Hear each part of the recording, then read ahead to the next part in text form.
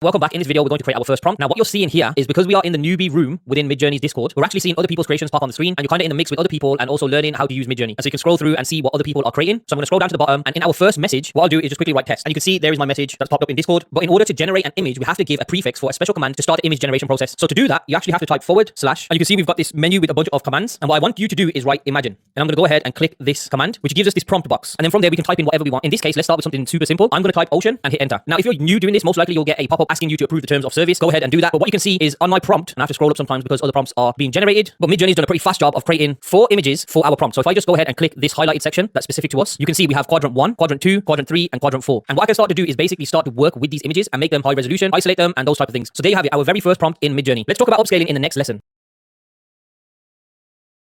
So the first thing to note when upscaling is the original image that we've been given with the 4 quadrants. This is 1024 by 1024 pixels. Therefore, each image within the quadrants is, I believe, around about 512 by 512 pixels. Don't quote me on that, I've not done the maths. However, the idea here is that Midjourney is giving you 4 examples based on the prompts you've given Midjourney for you to then go ahead and explore which of the 4 images you'd be interested in. Now, me personally, I genuinely like the image in quadrant 4. So what I'm going to do is just click off of this image and go back into Discord. And you can see on the user interface, we have U1, 2, 3, and 4. And we also have V1, 2, 3, and 4. And we'll get into the V, which stands for variations, a bit later on. But essentially, the U stands for upscale. So what I'm going to go ahead and do is just click U4 so I can upscale the 4th image in the quadrant. And you can see I've clicked there and the U4 has highlighted. So if I scroll right back down, you can see it's starting to process the upscale, which is currently at 40%. I can also go ahead and cancel the job if I want to. I'm going to leave it for now and let's see an upscale rendered version of the 4th quadrant. So Discord does get a bit jumpy. As you can see, the image is gone. I probably need to scroll down, which I have, and there it is. You can see I've now got an upscale version of the 4th image. If I click that, this is now 1024 by 1024, the same size as the 4 quadrants. However, it's just one image, which is relatively a good size. However, there are some techniques I will go through later down the line if you want to go ahead and expand and upscale even further, as you might be using them for thumbnails or you might be using them for print or anything along those lines. So what I can do here is click open in browser, and this will essentially open it into another stream as a .png file. Right click and I can hit save image as. So let's ignore that for now. I'm just going to go back into Discord, and there's something I want to go ahead and note. We are currently in version 4. If you remember, we changed the settings to version 4. Now within version 4, there are a set of features that are not available within version 5. So I'll go through what these features are later on, but I just wanted to explain that to you. And for demonstration purposes, let me just show you what I mean. So I'm going to type in /settings, hit enter, and I'll change my version to version 5. Then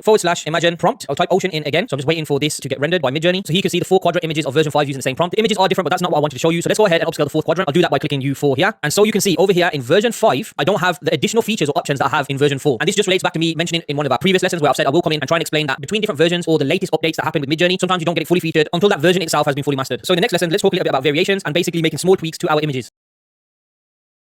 So in this lesson, we're going to talk about the light scale and beta upscale options. And just to make things a little bit more interesting, what I thought I'd do is create a more detailed prompt. So over in the newcomer rooms, I'm just going to hit / imagine, click prompt, type in my prompt and hit enter. Now, I don't want you to get caught up on the actual prompt. It's something I've been working on and I've created, and I will go through the detail of how you can go about creating a prompt on the same level as this, if not better. And there we have it. Midjourney has created 4 images based on Aztec style warrior. Now, I've been engineering this prompt and I know it looks extremely better in version 5.1. But as I've mentioned throughout these lessons so far, version 5.1 is not fully featured. I will show you the exact same prompts in version 5 towards the end of this lesson. So out of the 4 images in this quadrant, I'm most likely going to go with the 3rd image, as this is more along the lines of what I was imagining, which is an Aztec warrior with a few warriors around him, and it looks like they're about to enter battle. We've previously mentioned the interface, and what I'm going to do is just create different versions of the 3rd image in that quadrant. And what you'll start to realize is that the versions do tend to have differences. So there you have it. By clicking V3, we have another 4 quadrants of variations relating back to the 3rd image. I like the facial expressions on the 3rd image here. So I'm going to go ahead and hit upscale 3 or U3 in order to upscale this image and get the light and beta upscale options. Now in version 4, when Midjourney produces the upscale, we have a set of options on the user interface. Obviously, if you hit make variations, you will generate another 4 image variations of this particular image. And then you'll basically go through the whole process of 4 quadrant images, selecting another image, upscaling, and continuing to do that process until you find an image you're quite happy with. Now I want you to notice the upscale is still a slight variation of what we originally chose to upscale. And this is just part of the AI art generation process. There will be differences each time you select a particular feature that you want to apply to the image. So what I want to do is talk about light upscale and beta upscale. If I click on beta upscale, what you're basically telling Midjourney is you want to upscale the image even further. However, you want it to use the latest algorithm that Midjourney has. So whatever algorithm they have in development, by clicking beta upscale, you will get an upscale version with that algorithm. Let's go ahead and try it. So there we go. Here's the example created by Midjourney using the beta upscale. We also have the option to light upscale. So I'm going to just quickly find the original upscale image, the one that wasn't beta upscale process, and I'm going to hit light upscale. So there we have it with the light upscale feature applied to the image. Now me personally, I don't necessarily believe there's that much of a difference between the features, but it's worth noting if I click on this image now, hit open in browser, right click, save image as, save this image, and then if I open my downloads folder and right click on the image, hit get info, you can see the dimensions here are 1792 by 1152. So definitely a much larger image by the 1024 by 1024 pixels. Not really groundbreaking stuff, but what I do want to actually do is show you the difference in version 5. So I'm just going to quickly change the settings. I'm going to quickly switch over to Midjourney version 5.1 actually, and I'm going to go ahead hit / imagine prompt. I'm going to put in the same prompt just so I can show you the difference in quality, or perhaps I should say in AI art generation between the different versions. And there you have it, 4 images produced in version 5.1 of Midjourney. Now I'm telling you, version 5.1 is absolutely badass. Now don't worry, further in the lessons I will explain to you some of the prompt engineering I've used to obtain this type of imagery. I guess the point of this lesson is to kind of ask the question, the features on version 4, do we really need to use them? I don't know. Nevertheless, that was a quick lesson on the light and beta upscaling redo. And in the next lesson, we will talk about the re-rolling feature.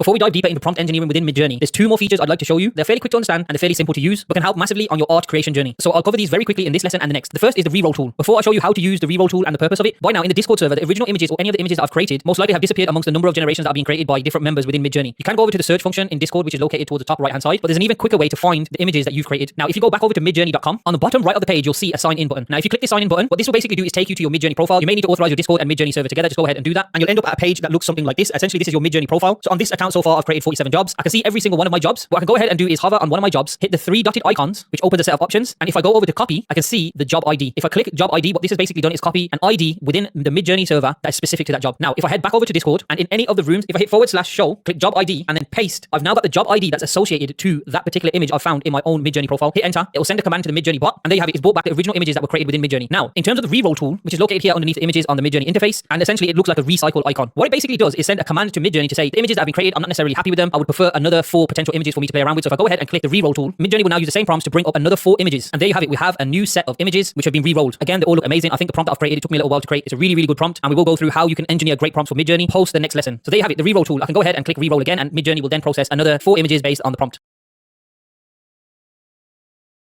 As you've been watching these lessons, you're most likely asking yourself, well, how do I go about creating a single prompt and ensuring it's exactly what I want? There's a feature within Midjourney that allows you to change the prompt or build a prompt, so to speak, and that's called the remix tool. So over in our newcomer room, I'm going to hit /settings, hit enter, and you'll see within our settings, there is a mode called the remix mode. I'm going to go ahead and click this mode, and I'm going to build or show you how I would go about building a prompt. So let's start off with something very simple, /imagine prompt. And for my prompt, I'm going to use Roman Centurion Warrior. Hit enter, let Midjourney do its thing. Okay, so there we go. We've got our 4 quadrants, a Roman Centurion Warrior. Now, where the remix mode comes into play is when you want to create a variation and you then want to add to your prompt. So I'm going to go ahead and hit V4 to generate variations of the 4th quadrant image that's been given to me by Midjourney. I'll hit V4. Now, what you'll see is this pop-up box appear, which is the remix prompt pop-up box. And what it allows me to do is change the prompt that I've used initially. So here you can see I've got Roman Centurion Warrior version 4. And what I'm going to go ahead and do is add more detail to the prompt. So Roman Centurion Warrior in the middle of an epic battle. Hit submit. And there we go. We've got a reroll of another 4 images, which have been expanded in relation to the new prompt that we've added. I don't really like any of them, so I'm going to go ahead and reroll all 4 of them just by hitting the reroll button at the bottom. And again, I'm given the option to change the prompt. So I'll go ahead and add photorealistic dramatic shot. So the entire prompt back to front, Roman Centurion Warrior in the middle of an epic battle, photorealistic dramatic shot. Hit submit. Again, Midjourney has spat out another 4 images for us to potentially use. I still don't necessarily like this. I feel like there's no motion or feeling of a battle taking place. So I'm going to go ahead and create variations against the 4th quadrant image. I'll do that by clicking V4. Once again, I'm now able to change the prompt.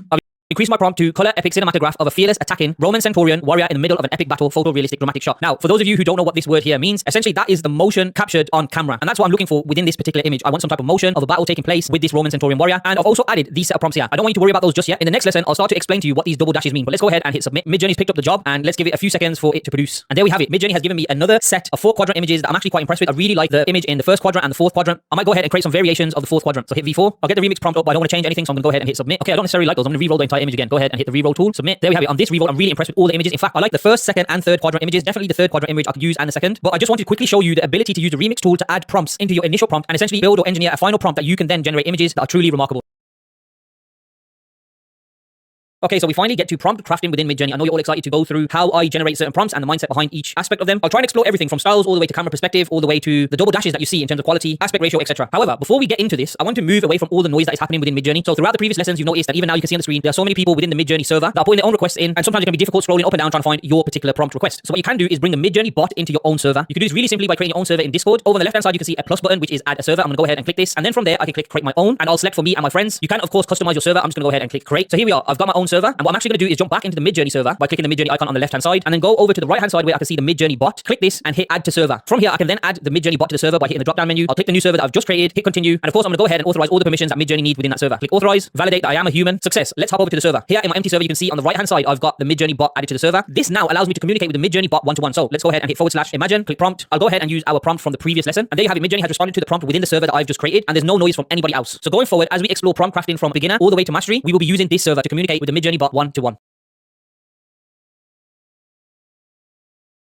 So as we explore prompt crafting, what I want to do is strip back everything in terms of prompts and teach you different methodologies and give you an insight into creativity where words are concerned. And in a similar way to the DALL-E 2 lessons, I'll be exploring different elements within a prompt that can then lead you to generate your own prompt. The entire AI art mastery should be coupled with the AI prompt engineering module. Coupling these together will then allow you to understand and formulate great prompts. So without any more delay, in this lesson, I want to talk about how we can explore styles and how slight tweaks within your prompt can change those styles. I'm going to hop into our own server that we created in the previous lesson so we can talk to Midjourney directly without any noise. /imagine prompt. And for my prompt, I'm going to be using a Polaroid of Donald Trump from the 1990s. Now, let's hit enter and let Midjourney process this prompt. But just looking looking at the prompt holistically, we've got a Polaroid, which is a style, we've got a subject, which is Donald Trump, and we've given Midjourney a specific year, the 1990s. So if we have a look at the 4 image quadrants, Midjourney does an excellent job of creating somewhat of a Polaroid image of Donald Trump. They genuinely look like Donald Trump, and I quite like the one on the far right hand side. But let's go ahead and change the prompt, /imagine prompt, and this time I'm going to actually change the year to the 1970s. Let Midjourney do its thing, and there we have it. Straight away we can see a difference in the style just by changing the year. Particularly the second quadrant definitely looks like a younger Donald Trump, and we can even tell by the style of clothes that this is more related to the 1970s. If I go ahead and create another prompt and use the year 2010, Midjourney does an amazing job of showing a Donald Trump that we're all currently used to seeing on screen. And it's also worth noting we can pick up the different styles of Polaroid within each of these images. Let's go ahead and drop the word Polaroid and do Donald Trump from the 2010s, /imagine prompt, Control V, hit enter. You should be able to see a clear distinctive difference between the Polaroid prompt and the prompt without the Polaroid. So that's another way that Midjourney can add a particular style or effect to a portrait in this case, because we're using Donald Trump. And we will dive deeper into portraits, and majority of the lessons you'll see me using portraits as examples. I genuinely believe Midjourney's power is within creating portraits. Look at this one on the bottom left. That could genuinely pass as an image of Donald Trump. So let's go ahead and use the same prompt, but let's swap Donald Trump out with Elon Musk. Whilst Midjourney is doing that, I'll also drop the word Polaroid and prompt Midjourney to do an Elon Musk from the 2010s. So we can see from the Polaroid prompt of Elon Musk, Midjourney's done a great job in the bottom left hand corner to pick up the idea of a Polaroid style image, again with the top left or image from the first quadrant. They're pretty good. Genuinely looks like Elon Musk. And when we've dropped the word Polaroid, Midjourney moves over to a more open style, or I should say creative style, as you can see here in the 4th image quadrant. And that's simply because we haven't given any stylized direction to Midjourney, rather we've just asked for Elon Musk from the 2010s. So hopefully from that you can see just by tweaking the dates we can get different versions of our subject, whilst also adding the word Polaroid and removing the word Polaroid can change the image that we receive. And the reason why I want to point this out, particularly when we're exploring styles within Midjourney, discrete information or discrete changes within your prompt can have a great effect on your Midjourney image. I've noticed this quite a lot within the Midjourney community. People write bulks and bulks of prompts, hyper realistic, 4K, 8K. 9 times out of 10, that's not even required. Rather, if you can pinpoint the exact detail and have a shorter prompt, Midjourney will do a great job of picking up the style that you're looking for, as we've seen throughout this lesson just by changing the year.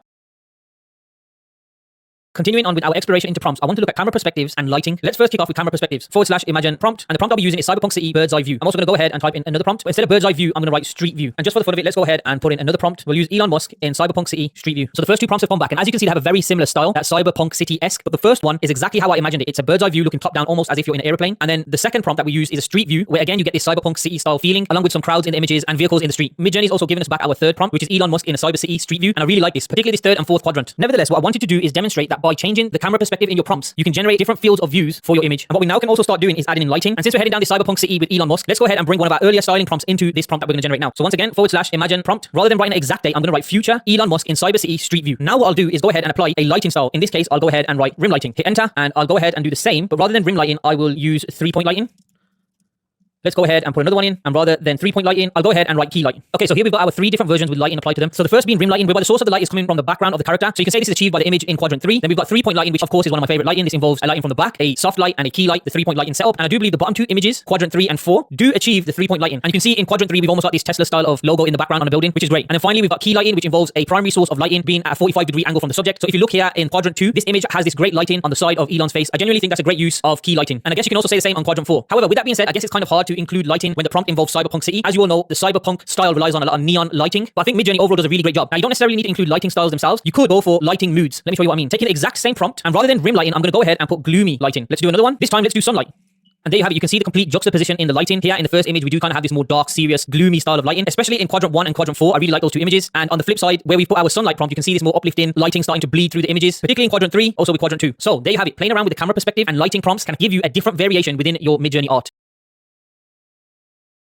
In this lesson, I'd like to introduce parameters to our Midjourney art. As we continue to explore different styles, we can start adding parameters to ensure that we have a set boundary that we are enforcing on Midjourney's algorithm. So for this lesson, I'm going to keep it really simple, and I'm going to introduce aspect ratios. If I take one of our previous examples, and I quite like the future Elon Musk in Cyber City Street View with the gloomy lighting, and I begin my prompt, imagine prompt, I'll paste in our original prompt, and then from there, I'm going to use a double dash, which signifies a parameter. Where aspect ratio is concerned, the parameter you need is AR. You'll then follow with a space, and you want to include your aspect ratio. So for example, if we wanted to do a short, it'd be 9:16. Hit enter, I'll do another one, and this time I'll do it 16:9. Let's go ahead and put another one in, and we can do it 3:2. Midjourney's given us our results back, and straight away you can see 9:16, perfect for a vertical setup. However, I'd most likely re-roll these because they don't necessarily look like Elon. Then we've got our 16:9, so perfect for horizontal videos. I really like the second quadrant image, and as you can see throughout our images, we're starting to get this beautiful cyberpunk themed story or narrative that we could create. Here's our re-roll of the 9:16, so the third quadrant image looks really good. And what I'd like to do is explore color. Now, color is really important, particularly in this scenario, because Cyber City does scream the whole pink, reds, and this type of neon glow effect. So let's see how we can manipulate this. I'm going to stick with the 9:16 aspect ratio parameters and hit /image prompt, and I've pasted our prompt, which is future Elon Musk in Cyber City Street View gloomy lighting. Then from there, I'm literally going to insert 2 colors, green and yellow. Let's see what that does. So there we have it. Midjourney's actually taken Elon's Tesla Model S and utilized the color yellow, while simultaneously you can see the elements of green within this Cyber City punk style. Let's go ahead and play around with a few more colors. I'm also going to change the aspect ratio to 16:9. Let's do red and blue. We could do another one in purple and orange, and we could do one more. Let's pick some really different colors. If we go teal and grey, which is a fairly unusual color combo. So here are the image results based on the prompt we've given Midjourney, and we can clearly see that Midjourney has taken the color prompts and embedded them into the images: red and blue, teal and grey, purple and orange. Now, one thing I want to point out, and I believe Midjourney does it really well, the colors themselves are still integrated into the style that we've specified. So for example, let's take teal and grey. I really like these images. Let me just quickly re-roll them. I'd love to see Elon Musk in the images, but the point I was trying to make is that the style that we've asked Midjourney to execute is Cyberpunk City, and you can see that it's actually integrated the color palette we've specified within that style. It could have easily made certain areas colored in a strong teal and grey, but rather it's taken that neon concept or style of Cyberpunk and integrated into the images. I think it's done a fantastic job. Let's have a look at the reroll. Okay, so again, probably nowhere near Elon Musk, which is fine. Let me reroll it again. I genuinely want to get Elon Musk within this color palette. So there you have it. We have Elon Musk in the third quadrant, very Cyber City Punk-esque with teal and grey color palette applied. Really happy with that. Now, what I'd like to do in the next lesson is explore another parameter, which is very interesting and almost takes the element of control that you've seen me try to execute in this video in terms of getting Elon in the image, in terms of color and style, completely out the window. So let's explore that style of prompting next.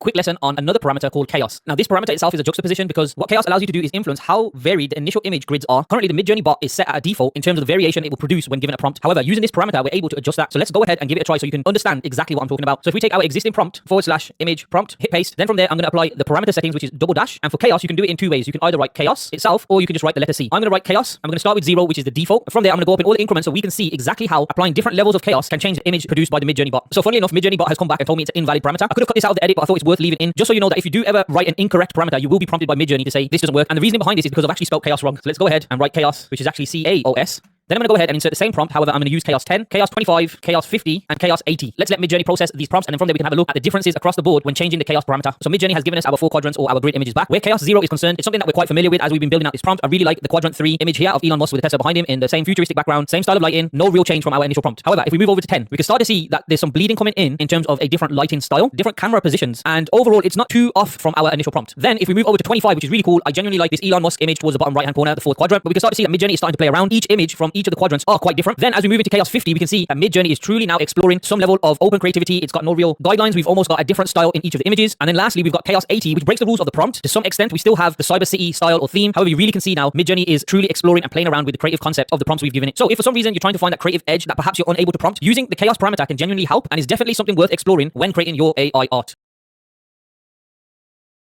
In this lesson, I'd like to talk about how you can merge images together, and to do this, we're going to use the blend mode function within Midjourney. So what we'll do is take 2 images from the previous prompts we used in relation to Elon Musk. For this particular prompt where we explore the chaos prompt, I want to use images from quadrant 3 and quadrant 4. I think these would make a really great blend. So let's go ahead and hit upscale 3 and upscale 4. If I click on the image presented to me by the Midjourney bot, I can expand the image, right click and hit save image as. I'll do the same with the second image that we selected.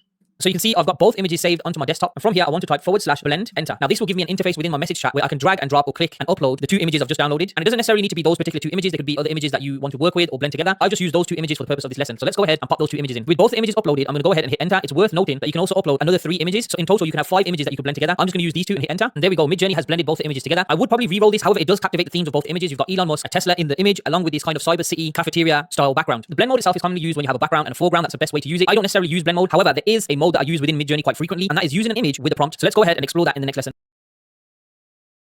Okay, in order to explain how we can use an image and then add an additional prompt, I'm going to go ahead and produce a prompt I've been working on in the background, which encompasses the 5 elements, which are fire, earth, water, wood, and metal. So let's go ahead and type in imagine prompt. And the prompt I'm going to be using is impressionistic oil illustration, male samurai, fire sword, black background, light armor, full body. And I'll put this in a 16:9 aspect ratio. And of course, we're using version 5 of Midjourney. Now, where I'm going to adapt the elements is within the sword of the samurai. So let's go ahead and hit enter for that. Let's create the next image. So imagine prompt, and I'll change the word fire in sword to water. Same again, but this time we'll use earth. Same again. And this time we'll use metal. And finally, I'll be using wood. Okay, so let's have a look at the prompt. Here is the fire prompt. Then we've got the water prompt. We've got the earth prompt. We've got the metal prompt. And we've got the wood prompt. Now, looking back at all of these, besides the fire prompt, I don't necessarily think the rest of the prompts are bringing out the elements that we're looking for. And on top of that, we can notice that there's a complete variation between the type of samurai stance or whatever armor they might be in. So what we can do is start to use one of these images to then further generate the prompt that we're looking for. In this case, the elements. I quite like the images that Midjourney has produced in relation to the water element. In particular, this 3rd quadrant image or 2nd quadrant image. To really show off the power of a single image plus prompt, I'm going to choose the image in the 2nd quadrant of this prompt. So I'll go ahead, hit U2 to upscale. I'm going to click on the image, hit open in browser, and I'll copy the URL, go back into Discord, /imagine prompt, and paste the URL, /space, and I'm going to type in male samurai just to keep Midjourney's algorithm on theme, and type surrounded by fire. I'm going to copy this URL, /imagine prompt, paste in the URL, and write male samurai surrounded by gusty winds, and maybe write something like tornado. Then I'll do same again, imagine prompt, paste the link in, male samurai surrounded by forest trees. Let's do the next one. So imagine prompt, paste the link in, and I'll write male samurai surrounded by metal. I'm not entirely sure what that's going to produce, but yeah. Then we can go ahead and put another prompt in for the last one, which I'm going to write male samurai surrounded by water. So we've had our first couple of images come back, and as you can tell, it's done a marvelous job of capturing the similarities of the initial image or the URL that we've used and started to incorporate some of the prompting that we've added. So surrounded by fire, you've kind of got the samurai with the back turn, the double swords. I really like that. And also a similar situation with the gusty winds. Probably not all the way there yet. Most likely we'll take a couple of rerolls of this image in the 2nd quadrant. With the forest trees, we're also starting to see slight variations. However, we do still have very similar samurai style of body armor holding the 2 swords. We're starting to see these trees bleed into the image. And I think with the metal prompt, we always knew it's going to be a bit of hit and miss. Most likely requires more prompting in terms of what is being defined when I'm saying metal in the prompt. However, Midjourney still contains this strong samurai body armor with a double sword. And then the final element we've been given back, so we can see that Midjourney has encompassed the water style or water effect. And again, it still retains this samurai holding the two swords. I think it's pretty cool. You can see the similarities across all of the prompts in terms of the samurai. However, we get this variation when it comes to the elements. Compared to the very first prompts we did, we can see there's a mass amount of variation between the images. Whereas when we've used a URL of a single image and changed the prompt, we managed to retain the same type of image. I do, however, recommend when you prompt with an image, make sure you put as much detail as possible to make sure that you get the desired effect.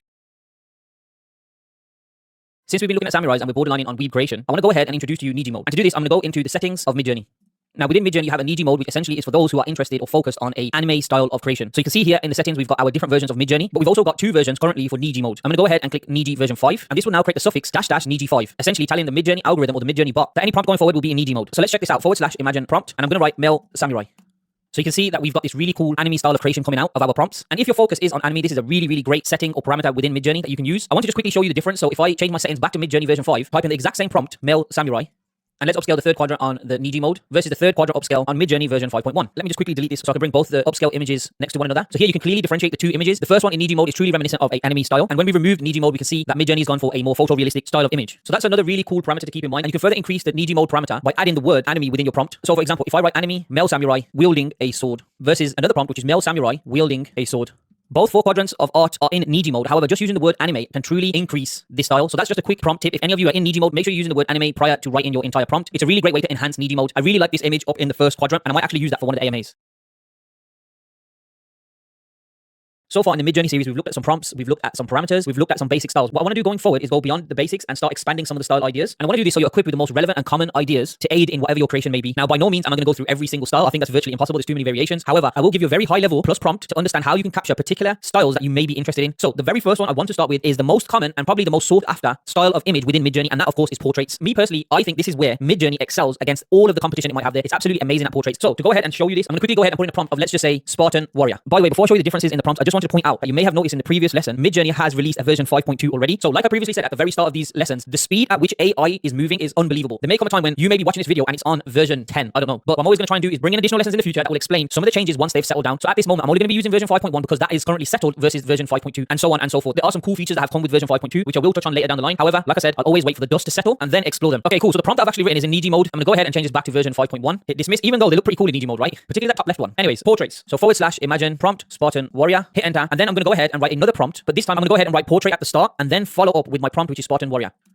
Whilst we're waiting for that, let's do another one. So I've wrote adventurer, and then I'm going to go ahead and write another prompt which says portrait, and let's add adventurer again. Okay, so these two seem to be generating a lot quicker than our previous portrait Spartan warrior prompt. It may be because I've missed the N off of Spartan in this particular sentence. However, it's worth noting that spelling doesn't necessarily knock off Midjourney's ability to create an image. As long as the spelling's generally okay, the AI system is competent enough to understand what you're asking for. So here we go. It started creating the image for that prompt. But let's scroll down and look at the adventurer prompt. So we can see from the very first one that we've put in is we've actually gone ahead and got an animal adventurer. We've got 2 female adventurers and this image of an adventurer staring out to the cliffs. So whilst these are okay, they're not really reminiscent of a portrait. However, if we look where we've put the word portrait, we now generally have a more portrait style of an adventurer, particularly the one in the 4th quadrant that looks really good. It does depict the type of creation I would have in mind for a adventurer. We can see that the style itself is mid-torso up and it truly fits in this portrait character design. Let's go ahead and look at the Spartan warrior. So this actually done pretty well in terms of not applying the prompt portrait at the start. However, if we look at the actual image produced when we include the word portrait, it is very reminiscent of what a portrait should be. Again, mid-torso up, usually the character staring at the screen or maybe slightly off to the screen. And it generally looks like the type of art or photo that may have been taken prior to a Spartan going out to war. You can see in their face this fierce warrior type of look. So in addition to portrait styles, there's something from this I want to jump into, which is dynamic poses. Let's go ahead and look at this in the next lesson. This is going to be a very quick lesson on dynamic poses. Now, we've already explored the portrait style. What I want to do is use the exact same prompt, which is adventurer in this case. And let's go ahead and use the Spartan warrior prompt. And what I'm just going to do is add the word dynamic pose into the prompt. So / imagine prompt adventurer dynamic pose. We'll go ahead and do the same for Spartan warrior dynamic pose. At the same time, let's upscale the 4th quadrant image for portrait adventurer. And we can go ahead and upscale the 2nd image in the Spartan warrior portrait. Okay, so we've got our 2 images back. Let's first look at the Spartan warrior as this has come back first. And it actually looks like Midjourney has created a statue-like Spartan warrior with dynamic poses on. So we're going to go ahead and adjust this in a short while, but let's have a quick look at the adventurer dynamic pose. And this was more of the type of style I was looking for in the 4th quadrant. We've now got an adventurer who is in a state of motion, which is completely different to the static style of a portrait. And what we can go ahead and do now is blend these 2 prompts together. So if I put imagine prompt, portrait adventurer, dynamic pose, hit enter, and then let's do the same for the Spartan warrior. So if we look at the adventurer, it might not necessarily be the image I was exactly looking for, as I was looking for someone more in the woodlands or perhaps even in the pyramids. I don't know, something along those lines. I could go ahead and write those prompts in, but the concept that I'm trying to get across to you in this lesson is clearly there. It's now a portrait in motion, and with the Spartan warrior, it has done this exactly the way I would want, particularly in the first 3 quadrants. We can see that the images still capture this portrait mid-torso. However, there is an element of motion in the image rather than it being static. Now, I know a lot of you are looking forward to the whole face swap lesson. I will be doing this further within the Midjourney series, but before we do that, I want to go ahead and explore some other styles. It was necessary for me to first talk about portrait and dynamic poses, as this is something that's super key and probably where Midjourney performs the best. In this lesson, the style I want to talk about is stickers. So in order for you to generate a sticker, the prompt you want to use is die cut sticker, and from there you can add whatever sticker you may be interested in. I'm going to go ahead and write Cobra. And as you can see, Midjourney's done a really great job of creating a Cobra sticker, particularly this third quadrant image. However, you may not necessarily want a background, you may not necessarily want any wood, table. Sometimes you will get hands and fingers holding the sticker. So if I re-roll this, we can see if we are able to bring that particular fault into the mix. So I can show you another parameter. So there we go, we've got another set of stickers. However, you can see the fingers and the hands have now come into play. And the reason why I want to show this fault in particular, because whenever you do create die cut stickers, it is almost certain that some of your images will have hands and fingers in there. And there's a function that allows you to remove or ensure the Midjourney bot does not include this in the images, and it's called the no function. So if I go ahead and type in my prompt again, which is die cut sticker Cobra _ no hands, and I'll also type in fingers. And then what I'm going to go ahead and do is go back to where I've written Cobra and type in white background. Hit enter, and there you have it. We now have a set of stickers that we can easily take into Photoshop and remove the background. Great use case scenario of this is using stickers on Instagram stories, or it can even be used as a logo if you want. However, I don't necessarily believe these kind of convey the sticker theme or trend that's out there. They seem to have a lot more detail than they should, and they seem quite vicious. So let's go ahead and switch up the prompt. If we take the same prompt, and this time I'm going to write, after die cut sticker simple Cobra, and then I'm going to go ahead and do the same. However, rather than writing simple, I'm going to add the word kawaii. Now, this is a Japanese style of cute animations, probably the best way to describe it, but it's something that we see quite often when stickers are being used. The first prompt that we typed in has come back, so you can see that the stickers themselves are a lot more simpler, and Midjourney's gone ahead and given us a Viper sports car as well, which is pretty cool. And using the kawaii prompt, as you can see, we've got more of this friendly, cute style that's commonly seen when stickers are being applied through any type of creation, which is really cool. And don't forget, we also can apply chaos if you want to get a complete variation, and from there you just carry on building your prompt. However, the key thing is you use die cut sticker at the start to get this particular style. Okay, so in this lesson, I'd like to explore painting styles. I'm going to try and cover a few painting styles just so you can get a quick gist of how I would go about prompting them. However, it's worth noting that the greater understanding you have of painting styles allows you to implement better prompts. So for example, let's start off with something extremely simple. If I go ahead and let's just say we stick with the whole Cobra theme and type in watercolor painting of a Cobra striking, aka top striker, aka top G. Now Midjourney's thrown back some really interesting imagery here. I really like the image in the second quadrant. I might go ahead and upscale that. But as you can see, it has taken the watercolor painting style and applied it within the image. Watercolor painting is a very basic painting style. And let's go ahead and do another basic one, which is oil painting. So I'm just going to copy this prompt, and this time I'll write oil painting of a Cobra striking. So again, Midjourney's done a wonderful job of applying the art style into the image, specifically this image in the third quadrant. This definitely screams oil painting. And again, oil painting is another common and basic painting style. But what you can do is start to explore much deeper painting themes. For example, I'm going to prompt pop art painting of a Cobra striking. I'll also go ahead and prompt impressionist painting of a Cobra striking. And let's go ahead and do one more, perhaps a minimalistic painting of a Cobra striking. So let's cross compare these three painting styles and have a look what the Midjourney bot has given us. So first one in the pop art style, this looks really good. It almost is reminiscent of the Andy Warhol style of pop art movement. Anyone who's familiar with that will understand you have these bright LGBT style of colors. It's a great version of what pop art should look like with the Cobra striking. I'm truly impressed by that. Then from there we have the impressionist painting style, which you can see encompasses this dotted type of paintbrush style. Really good. And then finally I use the minimalistic painting, which is something more of the modern era, and we can see this being conveyed in the second quadrant and the fourth quadrant. But this whole lesson is just to show you that within the word painting you have so many styles over so many eras that you can basically explore and apply within your prompts to get a particular feel or theme within your creation.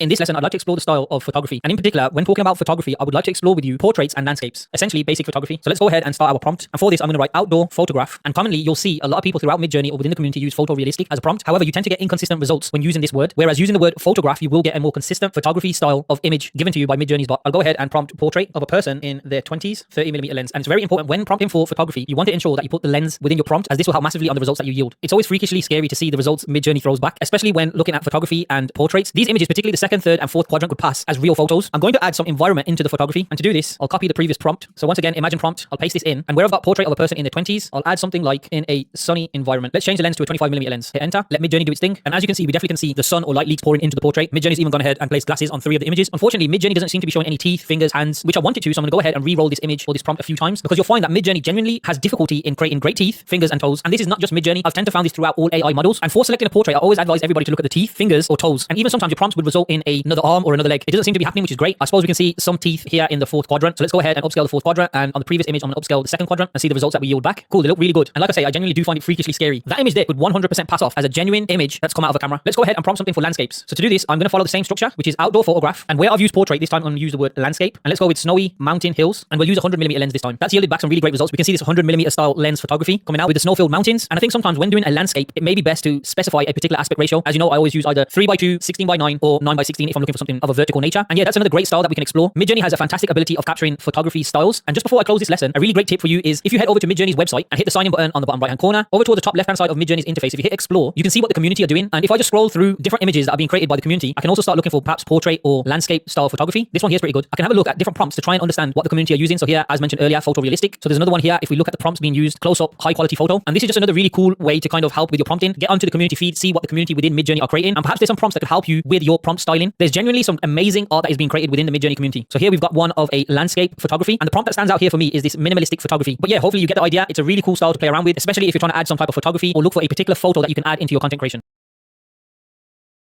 This next lesson is going to be a relatively short lesson. However, I did want to talk about this style specifically, and I'm super excited to teach you about it because if anyone is a previous gamer or avid gamer or has some idea of gaming concepts, in particular anything like The Sims or Red Alert 2 for any of the elder generation might be listening, a lot of the build the city games run on this particular style, and the style is called isometric view. So let's go ahead and play around with it mid-journey and see what isometric views we can come out with. I'll set up my prompt, and in this I'm going to write isometric view, and let's get a bit wild with this and write of the Pentagon. And whilst mid-journey does its thing, let's go ahead and do the same with of the White House. I was a bit slow off the mark there. Mid-journey has created the isometric view of the Pentagon, and as you can see, you've got this city tile style of the Pentagon. Genuinely looks like something you would travel around your map and place as an icon down. I really like it. However, this is something more that I was looking for, so perhaps mid-journey was getting confused with the word Pentagon, as it might have been traveling more down the lines of the actual shape rather than the building. The White House is something that's a lot more familiar across the board, and you can see you get this really cool isometric view, almost low poly style of the White House, right? And what I'm going to do is use the same prompt, but let's dissect the White House. So isometric view of inside the White House. So mid-journey's kicked back with a view inside the White House. Don't necessarily believe this is exactly the White House. However, this could actually pass off as the Oval Room, could it not? I'm not sure. I can see what kind of looks like the United States symbol of eagle on the carpet. However, the room's not oval, but regardless, it's a pretty cool feature. And where you can start to get really creative with this is, if I go ahead and set up my prompt, I'm going to paste in the same prompt, which is isometric view of the White House, and then follow up with in the night, glowing highlights. Hit enter. So now we're starting to combine some of the learning from our previous lessons. Obviously, we've got the isometric view, we've included an environment, and then we've also specified some type of lighting. This particular image in quadrant 1 looks really good. And yeah, it's something you can play around with. It's also worth noting that the isometric view isn't only for landscapes or buildings, it also can be used for objects. So let's go ahead and set up a prompt again. I'm going to use isometric view of a sports car. And just for the fun of it, let's go ahead and set up another prompt. And this time I'm going to use isometric view of a Ferrari, see what happens. So the first prompt has come back, and Midjourney's done a pretty good job of showing a isometric view of the sports car. I really like this image in quadrant 2. And on the second prompt that we did, which I included the word Ferrari, we can see that it's done a really good job of actually capturing a Ferrari. And from here, what you could do to expand your prompt is a Ferrari on the track, a Ferrari fueled it up. You could probably specify the exact sports car you're after. But generally, a really quick lesson on isometric view is something I truly enjoy because I get a reminder of some of the games I used to play. And yeah, sometimes it can create a really cool effect if this is something that you're looking for in any of your creations.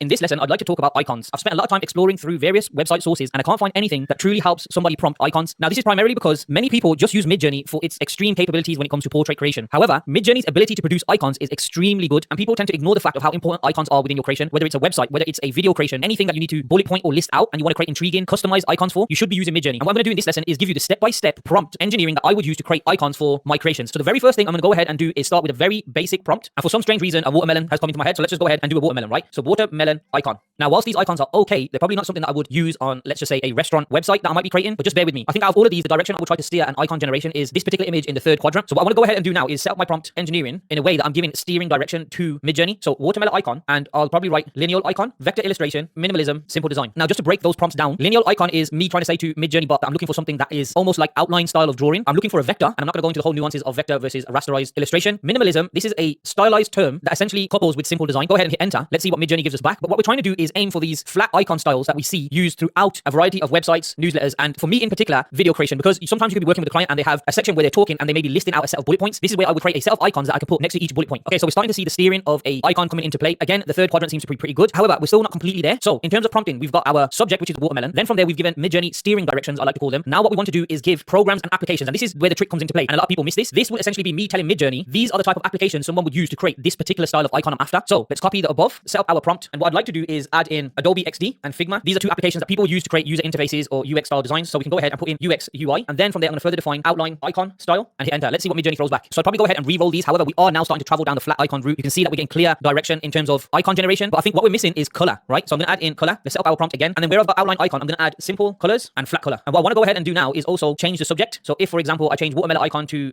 game controller, let's try another one. I don't know. Let's try sword icons. We could go ahead and try world icon. So we've got the watermelon come back. This is pretty good. Again, probably need some re-rolling of this, but definitely on the ball when it comes to a flat icon that I'm looking for. And the gamer control one has come out absolutely beautiful, particularly this one in the fourth quadrant. In fact, you could use all of them, right? And I think what I'm missing from this is a white background. So if I go ahead and set up my prompt again, remove the word watermelon out of the prompt, I'm going to go ahead and type game controller again. And this time towards the end, I'm going to include white background. The sword icons have come back again, really cool. I would definitely use this icon in the second quadrant, but let's look at the game controller icon with the white background. I think we're also waiting on the world icons to come back as well. But here we go. This is exactly what I was aiming for. Now I could easily upscale one of these icons. Let's just say I wanted to upscale quadrant 4, and I'd take this into Photoshop. I would remove the white background, and then the icon itself I can use anywhere, right? But this shows you the versatility of this prompt, and I employ anybody who's trying to make icons for anything and make unique icons. Then generally take this prompt, and the areas you want to try and tweak and play around with is of course the subject. Where I've got game controller, you want to add what particular icon you're interested in, and then perhaps you could play around with simple colors and flat color. You know, you could go ahead and use neon colors. Let's do this. I'm gonna set up this prompt. So I've copied the prompt. I've got game controller. Let's remove that and put Cobra icon. And I want to go ahead and change simple colors into neon colors. I might remove white background because usually if you want neon colors, it's most likely going to be on a black background. I'll leave the word flat color in. Hit enter and let's see what Midjourney gives us back. I'm just going to go ahead and put in another prompt using the Cobra icon idea again. But the neon colors have come back and this looks really good as a flat icon, particularly this icon in the third quadrant. And using the original prompt, we've got back our white background. I'd be more than happy to use this icon in the fourth quadrant and perhaps keep re-rolling the prompt until I've got a whole set of icons that I can use. I mean, it's a really cool and simple way to get some type of unique bullet points going on your website, on whatever you might be doing. So be sure to use this prompt and be sure to explore Midjourney's capability of creating icons. It's something that is not truly looked into. And I hope this lesson helps for anyone that is exploring any type of branding that they might be doing.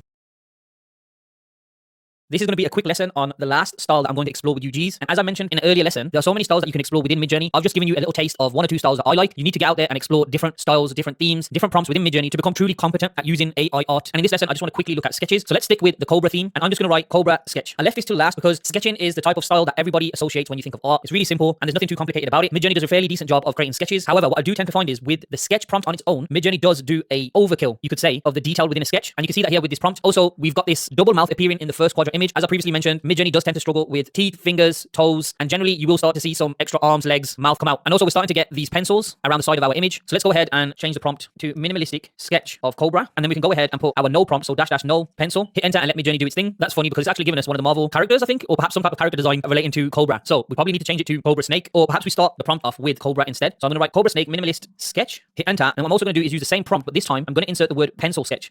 And then I can go ahead and also do another prompt, but rather than using pencil, I can use the keyword marker. And again, this is me showing you that specifying the exact tool of creation can help give you better image results. So the marker sketch has come back, and I really like this one in the fourth quadrant. You really can see the marker style of sketching coming through. We've still got these pencils bleeding onto the image. Of course, you can use the no prompt. And with the pencil sketch, again, in the fourth quadrant, this looks really good. But yeah, sometimes you want to try and knock down the detail within the sketch, and prompts like minimalist or simple design or simple sketch. You can even go down the route of writing something like 10-year-old sketch of Cobra Snake. That will probably yield something a little less detailed. But overall, sketch is a really simple style. Not something that I use quite frequently, but it can help with generating some amazing results like this upscaled version of the Cobra Snake using a marker. Okay, so really short lesson there. I think we've gone through a few different styles, and what I want to start doing now is moving over to pro prompting. I think for now that concludes any lessons relating to styling. Like I said, please go out there and explore different styles to add into your prompting. And in the next lessons, let's move over to pro prompt.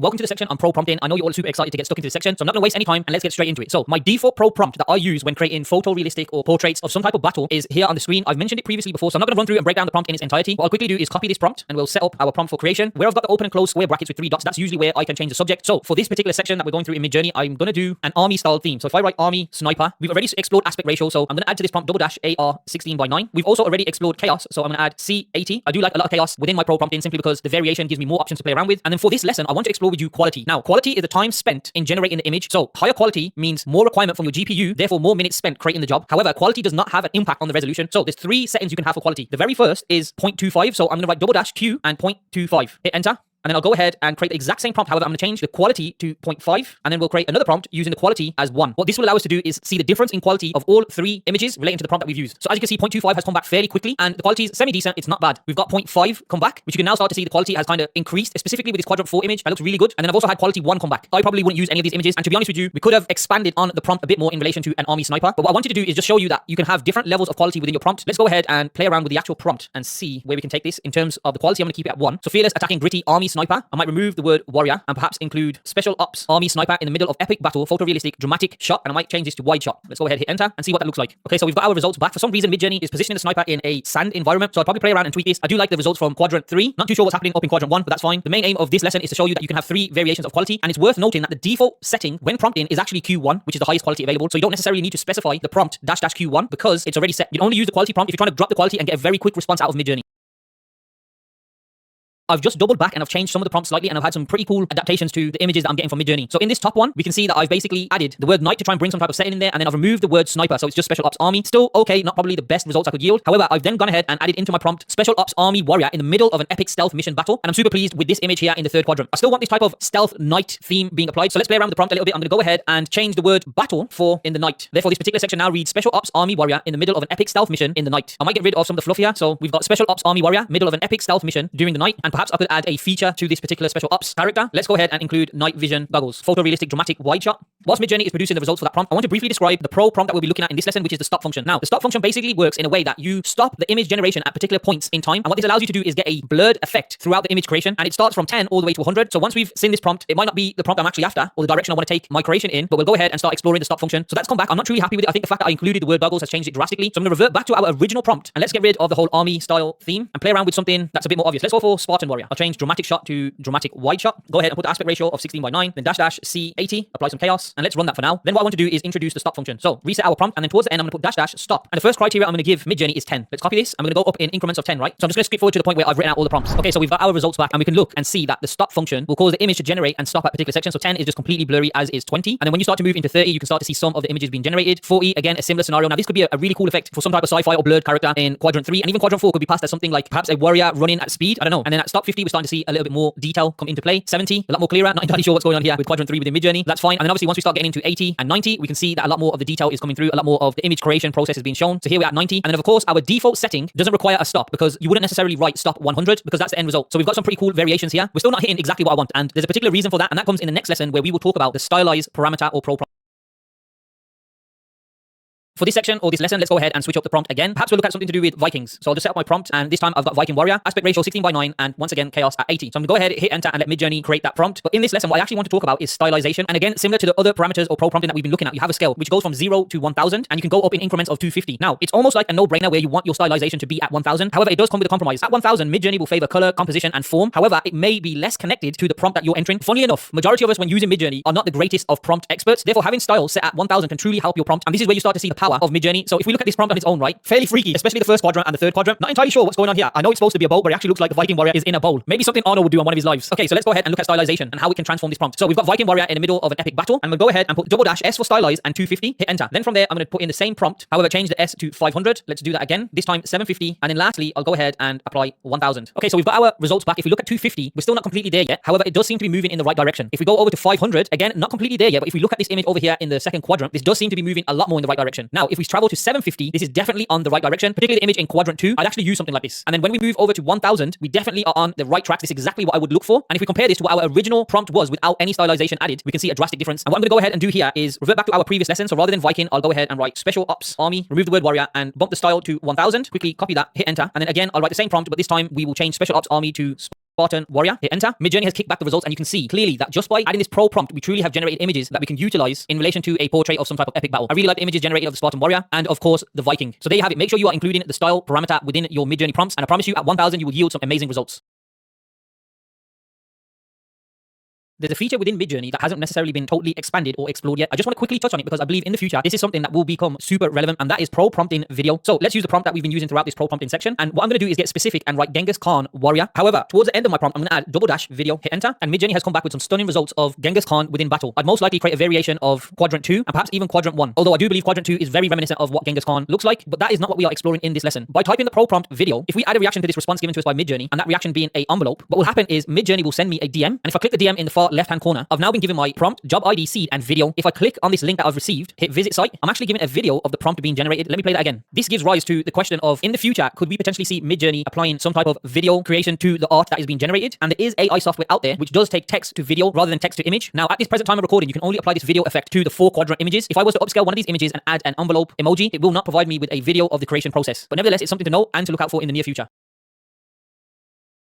For me, this is one of the most important lessons that I'll be teaching you in the Midjourney series. And this lesson, I go into how I generate pro prompts that you see me using throughout art submissions, throughout my thumbnails for my AMAs, throughout the entirety of this course. And basically what I'm doing is reverse engineering images to text. So throughout the lesson so far, we've been using text prompts to generate images. This feature within Midjourney allows you to insert images and gain the text prompt that Midjourney would recommend to create a very similar image. And it's called the describe feature. The principles behind this lesson will allow you to generate amazing prompts for any future art that you're interested in creating. So to do this, I'm going to go ahead into the message bar and type /describe. When I hit enter, I'm prompted to upload an image. Now, before I upload an image, it's worth mentioning that the images you want to present to the Midjourney bot should be from the source. Now, what do I mean by this? If you're going to copy and paste a Google image, majority of the times this function won't work. Therefore, I recommend you travel down the route of visiting the site of that image, finding the actual source image, downloading, and then uploading. And of course, you also can encounter copyright issues and all of that type of stuff. So for our example, I'm going to go ahead and use a game I'm sure you're all familiar with, which is Grand Theft Auto. And I've picked a particular background and style that I've seen emulated throughout many thumbnails, many art creation prior to Midjourney even existing. So let's go ahead and hit enter. And what Midjourney bot has sent us back is essentially 4 options, each with the prompts written on them. So for example, the very first prompt is a man holding a dog behind him in a Grand Theft on street in style of highly defined illustrations. And I'm not even bother saying that word. It's worth noting that some of the words the prompts do throw out are a bit strange. However, we shouldn't necessarily be concerned about that. Let me explain to you how I would go about using these prompts now. The very first thing is I would imagine all, so you can see this button here, which will basically create images based on the 4 prompts Midjourney has taken from the image we've uploaded. But prior to hitting imagine all, I just want to show you, if I click the 1 emoji, I'll get a pop-up very similar to the remix mode. And here I can go ahead and change the prompt and do whatever I want to do. But I'm going to click off this and I'm going to hit imagine all rather than clicking 1, 2, 3, and 4. And as we can see, Midjourney is now creating 4 quadrant images based on the image that we've uploaded. Okay, Midjourney has given our images back, and if we look at every single one of these prompts, they definitely have a Grand Theft Auto style about them. Now, I'm not necessarily concerned about what's happening in the picture in terms of a man or a dog or anything along those lines. What I'm looking for is how Midjourney has gone ahead and created that particular style of GTA within its image. So if I scroll through the images, I was thinking about picking a particular prompt. However, they're all really good. If we look at this last one, I generally think the first image quadrant is bang on. In fact, all of the prompts are. Therefore, what I would start to do is try and look into the prompt wording. So we can see here we've got Grand Theft Auto 6 wallpaper, we've got style of hyper-realistic animal illustrations, bold graphic comic book art, 19th century German realism, days core. In our second prompt, we've got Ashante art, close-up intensity, energy-filled illustration. So these are the type of prompts that I would be picking out and almost trying to capture when creating my main image prompt that I'm after. And you can even go down the line of saying, okay, from all of these, I generally like this particular first quadrant image style. I believe this is the first prompt. And what I can do from here is click 1. I can either copy the prompt, use it for later whilst prompting another image, and then add this in. Alternatively, alternatively, I can go ahead and amend this prompt right here, right now. So currently we've got a man holding a dog, so I can go ahead and write a Spartan warrior holding a sword, hit submit, and let's see if we get a similar GTA style, however now with a Spartan warrior within the image. Okay, so we've got a really good image back, however not necessarily in the style that I'm after. So what I'm going to do here is copy this prompt, go over to Imagine, paste this prompt in, and I'm just going to cycle back and try and pick out words that are highly related to Grand Theft Auto. So for example, we've got Grand Theft Auto 6 wallpaper HD in the style of hyper-realistic animal illustrations, bold graphic comic book art, which I'm going to copy, and then I'm going to add that to the prompt that we've currently got written down the bottom. I'll remove the word animal. Let's go ahead and have a look at what Midjourney does with those prompts. So we can see in comparison to the first one, we're slowly starting to get this GTA-esque style coming out, particularly in this bottom third quadrant. I wonder if we copy this prompt here, which I believe is the fourth prompt that Midjourney gave us, set up our prompt, and then where I've got animal, if I replace with Spartan warrior, let's see what happens. Okay, cool. So I've been given a nudge that this prompt might be against Midjourney's community standards, which is fine. I'm going to ignore that. Let's set up the prompt again. And I'm actually going to take out aestheticized violence. Again, I'm going to change the animal prompt to Spartan warrior. Let's see what that does. Okay, cool. So we've got back into the GTA style. I mean, we could probably put a remix mode in and upscale this image one quadrant and then start playing around with the character to move towards a Viking style of setting. For some reason, it's managed to pick up the horse. But overall, this is a feature that I will commonly use to constantly play around and generate a prompt that I'm truly happy with. So in our previous lessons, we've been using a particular prompt to insert things like Special Ops Army, Viking Warrior, Genghis Khan Warrior. This is a prompt I've actually developed through the describe feature, and it's taken me quite a while to develop it. But once I've got the prompt there, that means I can use it in multiple scenarios like we've done in this lesson. So yes, go down the route of using the describe feature and exploring. It can sometimes take a lengthy amount of time to figure out exactly the prompt that you need, but that's fine because once you do have the prompt, then you only need to make minimal changes and have a variety of images that can be created just from that one prompt. With that being said, let's hop over to the next lesson where I'm going to run through a whole bunch of prompts that you can take away and use immediately.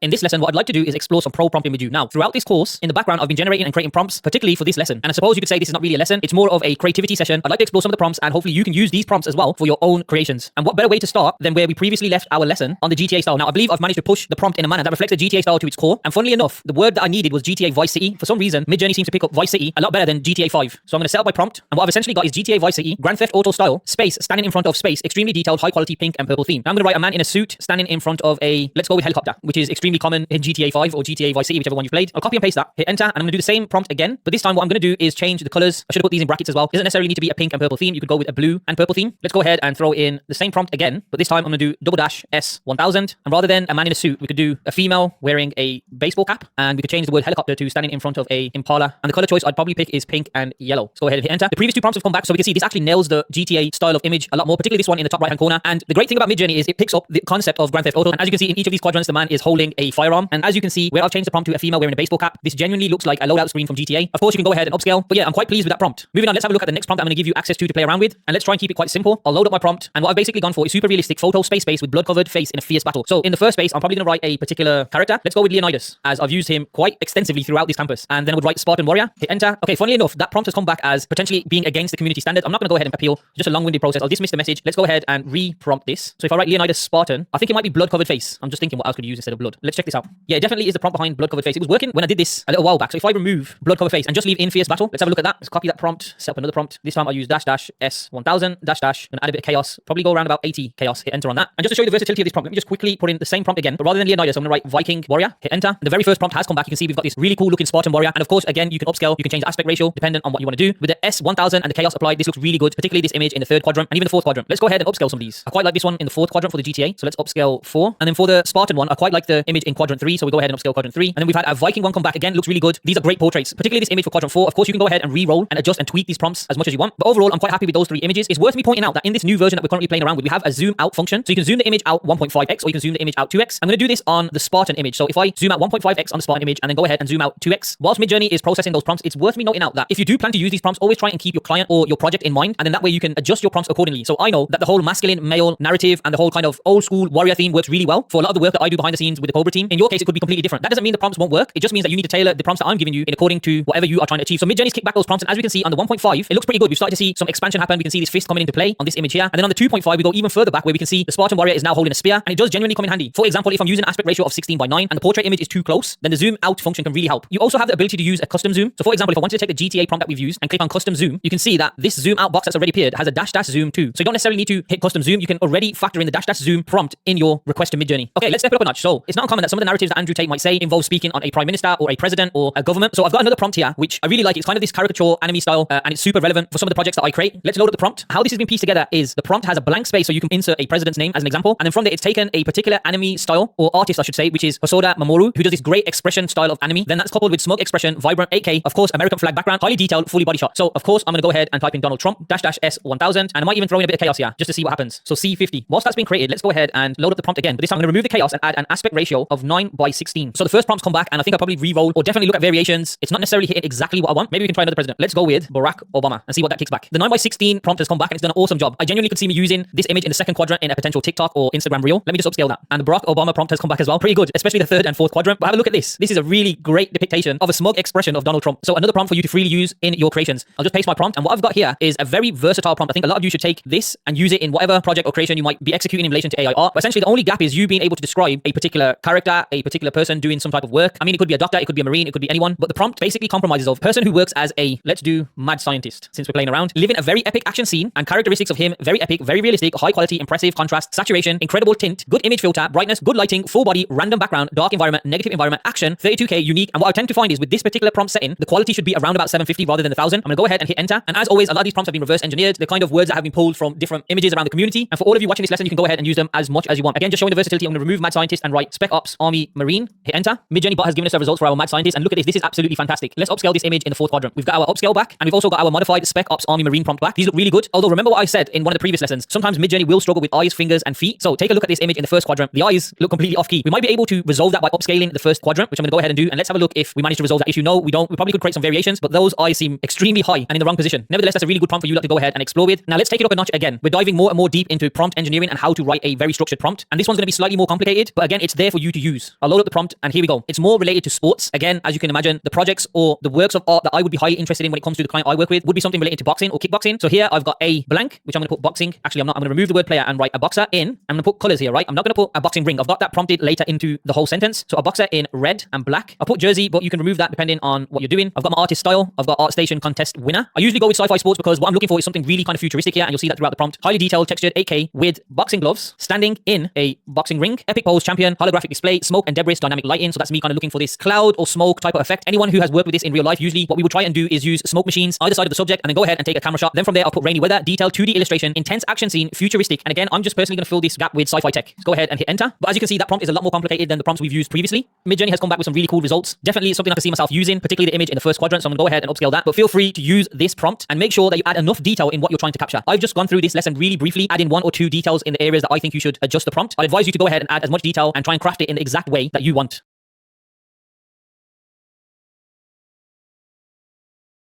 Moving on to the next creative session or creative lesson, whatever you want to call it, I want to dive a bit deeper into much more complicated prompts. And to do that, I'm going to start with something anime related. So let's load up our prompt. And here I've got a manga style prompt for all of you lot. The very first space, I'm going to go ahead and write Goku from Dragon Ball Z. In fact, I'm going to get rid of Goku and I might put Vegeta. I'll copy Vegeta's name because the rest of the spaces I have in the prompt are essentially the character's name. So Vegeta from Dragon Ball Z in a majestic 8K manga representation pop art, a high definition image, fighting movement, clean lanes, lighting colors, monochromatic. This artistic masterpiece captures Vegeta in all his iconic glory, faithfully reproducing his features, the determined expression and the details of his clothes. Thanks to 8K resolution, every minute detail is crisp and brilliant, bringing Vegeta to life like never before. Using special rendering and lighting techniques, this image will show you Vegeta in a new light, revealing all of his power and charisma. Makoto Yukimuro, Vinland Sega style. Let's go ahead and hit enter. That was a bit of a mouthful saying that, right? And as we move further into the session, the prompts are going to get even longer. So Midjourney has spat back some really impressive results. I like the image in the fourth quadrant, so I'm going to upscale that. And what I might actually do is zoom out. I feel like this portrait is quite close. So if I hit zoom out 2x, hopefully we can get a further pushed back image. And whilst Midjourney is composing that image, I'm going to go ahead and copy the entire prompt. And I'd like to introduce to you a feature that has recently been launched, and it's called the shorten feature. So if I type /shorten and enter the entire prompt I've just used, and what Midjourney will do is present to me 5 shortened versions of the prompt, each one getting shorter in the options. So what I'm going to do is just hit 1, hit submit. I don't want to change any of the details. 2, 3, 4,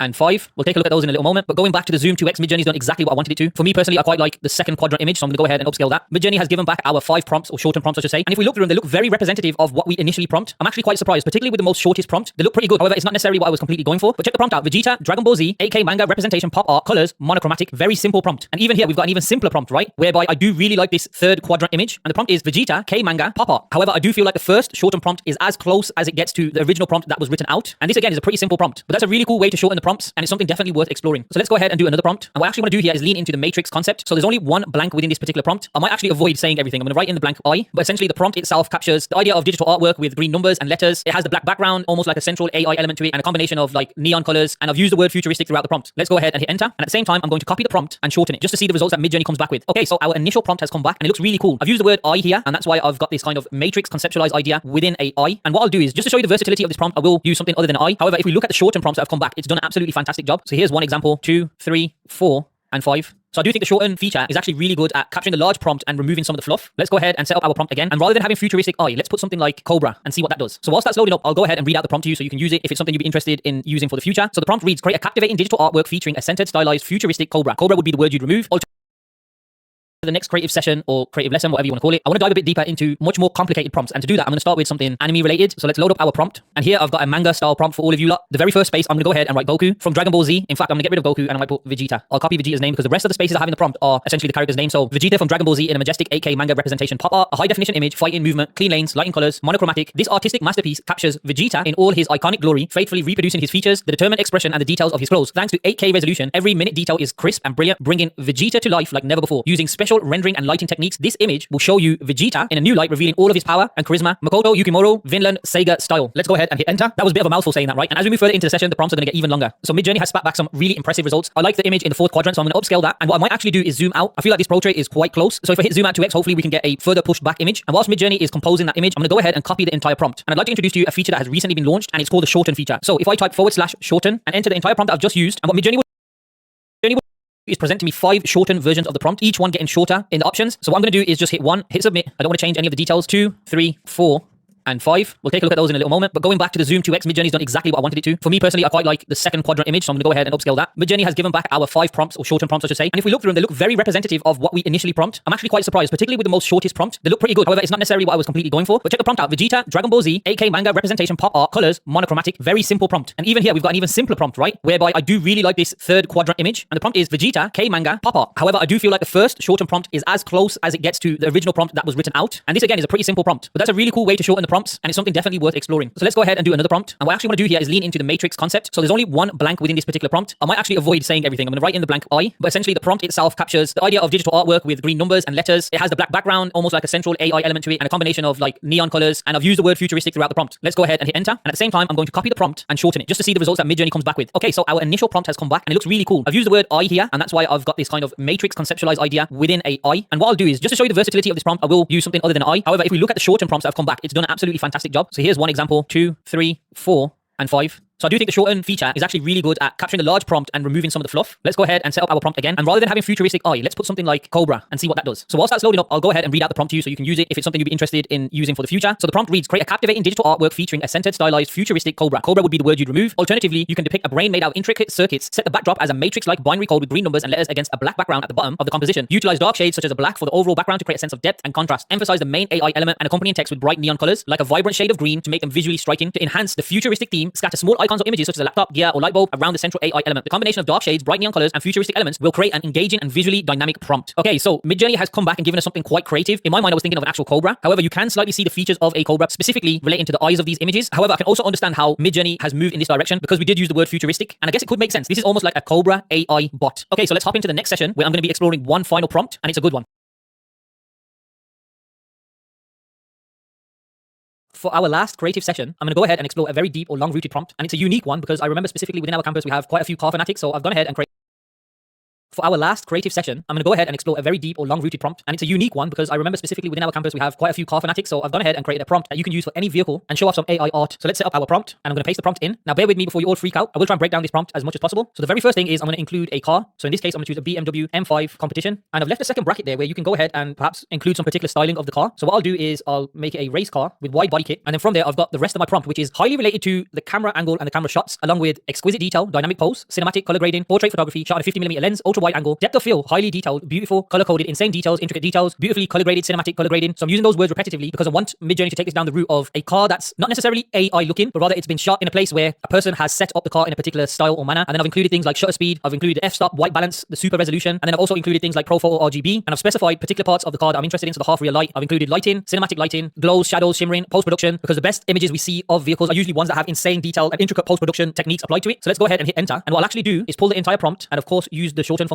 to allow you to take the prompt and perhaps use it for yourself. So we've had the original prompt come back, and if you look at this, it looks absolutely amazing. It genuinely looks like this shot has been set up, particularly this first quadrant. I really like that image. It's a TRW orange M5 competition. It looks like a set piece where the lighting, everything has been positioned perfectly. We've also got a running theme happening throughout the 3 quadrants, so quadrant 2 and quadrant 4. It looks absolutely amazing. I could take those 4 images and truly pass those off as artwork that I could use in a TikTok, I could use in a website, I could use as channel art if I run a car YouTube channel, for example. But let's go ahead and look at some of the shortened versions, and they're also pretty good. So if you look at this prompt here, BMW M5 competition, race car, wide body kit, dynamic pose, cinematic color grading, portrait photography, 50mm lens, ultra angle detailed, beautifully colored, insane graded. So you'll notice that a lot of the vehicle images, you should definitely lean into the color grading aspect of it, because that's truly what makes anyone who is in the car industry, their images pop, especially when applying post-production techniques within vehicle style of photography. This looks absolutely amazing. Again, we've got a common theme occurring, and look how simple the prompt is. BMW M5 competition, race, wide body kit, cinematic, grading, 50 coded. Once again, we've got some stunning images. This one down here in the third quadrant, I'm gonna go ahead and hit upscale on that. Another set of amazing images. Midjourney does an absolutely beautiful job at this. I'm gonna go ahead and also upscale the image in quadrant 1. And there's currently a feature that has been released within Midjourney as we are creating this video, and it's called the panning feature, which is only applied on upscale images. So as you can see, I've got my 2 upscale images. Underneath each upscale image, you get a left, right, up, and down pan. And what this basically does is if I click on any of these buttons, it will pan the image in that particular direction. So let's go left on this particular image, and let's go down on this particular image, and then we can see the results. It's worth mentioning that this function itself at the time of recording is currently in beta. Therefore, I assume it will get better over time. But if we look at the first set of images that have come back, and the pan left works pretty well, we can see that there's a slight zoom out that's been applied. But overall, it's created a completely new section towards the left of the image, and it's pushed the vehicle back, whereby I would personally use quadrant 2 and quadrant 4. And where I've selected pan down, it's actually changed the aspect ratio. Therefore, it might be a wise idea if you are using this function to specify the aspect ratio you're interested in. But we can start to see the flaws in this beta model already. As we've asked Midjourney to pan the image down, rather than moving the actual camera angle down, it's created more of a runway. And even in the 4th quadrant image, it's actually duplicated what seems to be another version of the M5. So something that is currently still work in progress. Nevertheless, I hope you enjoy these 3 creative lessons or creative sessions. And feel free to use any of the prompts throughout the Midjourney lessons and these creative sessions. Manipulate them in any way you want. Get used to practicing prompts, text to image, and reverse engineering.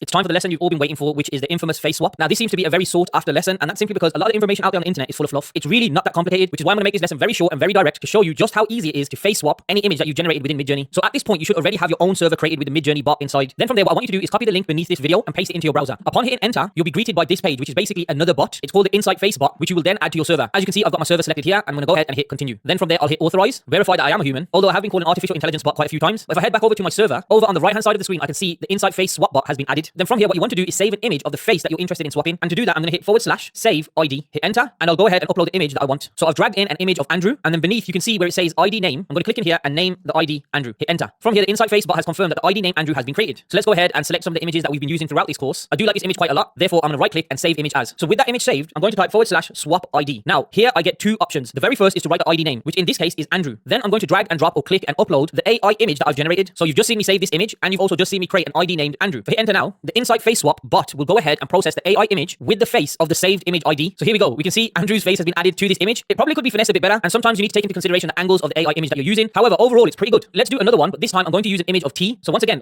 / save ID. I'll put the ID name as T. Then from there, I'm going to upload an image of Tristan. Hit enter. The ID name T has been created. Type in / swap ID. Enter. The ID name is T. And from there, I'm going to upload the GTA image. So with both pieces of information provided, hit enter. So from there, the Insight Face swap will use the AI image and the face to blend them into one image. Whilst we're waiting for that, let's go ahead and do a few more. So we've got back our GTA prompt with Tristan's face swapped. Looks really good. But there you have it. The lesson on face swap. It's genuinely not that difficult. The only pointer I would give is ensure that if the image has a portrait of a person perhaps looking towards the right, then the image that you use to do the face swap, you should try your very best to make sure the face is in a very similar position. It will help with creating a more authentic image. A really simple process. Genuinely, it's not that complicated, and I look forward to seeing some of your face swap art in the future.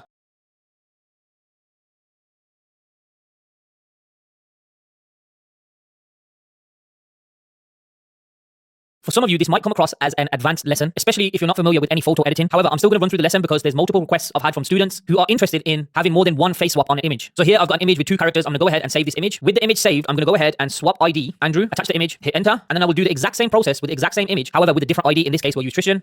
Hit enter, and we'll wait for the Insight Face swap bot to give us our images back. Okay, so the bot has pinged both our images back, and you can see in the first image, both characters have Andrew Tate's face, and in the second image, both characters have Tristan Tate's face. From here, I'm going to save both images. With both images saved, I'm going to open a photo editing application. Now, for me, I'll be using Photoshop. If you don't have access to Photoshop, then you can use a free online photo editing software. I highly recommend you using photop.com. For what we need to do to ensure the image has 2 different faces, the steps that I'll walk through within Photoshop are very similar to the steps you'll take in Photop. Nevertheless, I'm going to go ahead and open one of the images. I've opened the first image, which is of Andrew Tate, and I'm going to change the layer in the bottom right-hand corner from background into a layer 0. Then what I'll do is drag the second image into Photoshop as another layer. Here I've got the same image, but with Tristan Tate's face, and it is positioned as a layer on top of Andrew Tate's. I'm going to go ahead and move this layer underneath because I actually want Tristan Tate's to appear in the background character rather than the foreground character. Then from here, with Andrew Tate image selected, or the top layer in this case, I'm going to select this icon in the bottom corner, which looks slightly like a camera. It's called layer masks. And what you'll see is a white box appear in the layer next to your image. And what this essentially allows you to do is manipulate this image to bring the image behind it out. Now to do this, I'm going to click the paintbrush or brush tool on the left hand side. And with my brush tool selected, I want to make sure that my color palette is white and black. I'm going to rotate this so it's black, increase the size of my brush. And then from there, I'm literally just going to rub out the face of Andrew Tate. And I can do this with one click. There we go. Now I have Andrew and Tristan Tate in the same image. From here, I can go ahead, hit file, export as .png or .jpeg, entirely up to you. Depending on the time of you watching this video, there either is or isn't an entire module on Photoshop. This is something I will be doing. As I've said numerous times in any AMAs that you may have tuned in, there isn't necessarily an application that can do some of the functions that Photoshop does. And as part of your creative journey, it is essential for you to have some understanding and awareness of how to use Photoshop properly. Now, with all that being said, I'd like to congratulate you on getting this far within the course. I don't necessarily believe this concludes our learning for Midjourney. There will always be updates, and when they do come, I will be creating new lessons. To ensure you never miss a heartbeat, make sure you check out the new lessons chat, where every day I post the new lessons that are released within the Learning Center.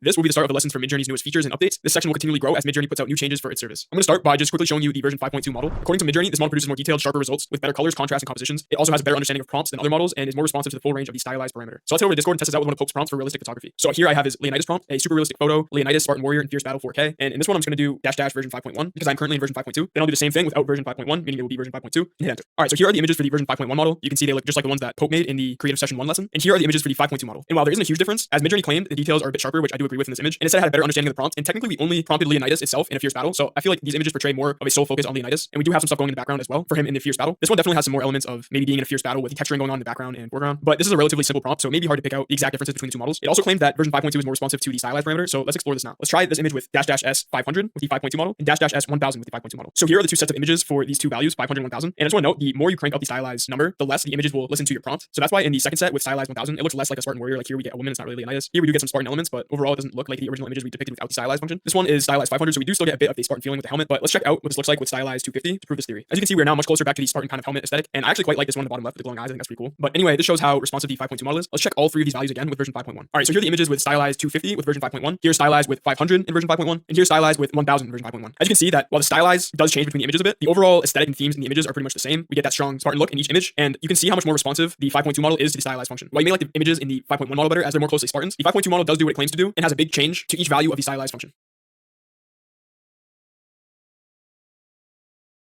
Next, I'll be showing you the very region feature inside of Midjourney model version 5.2.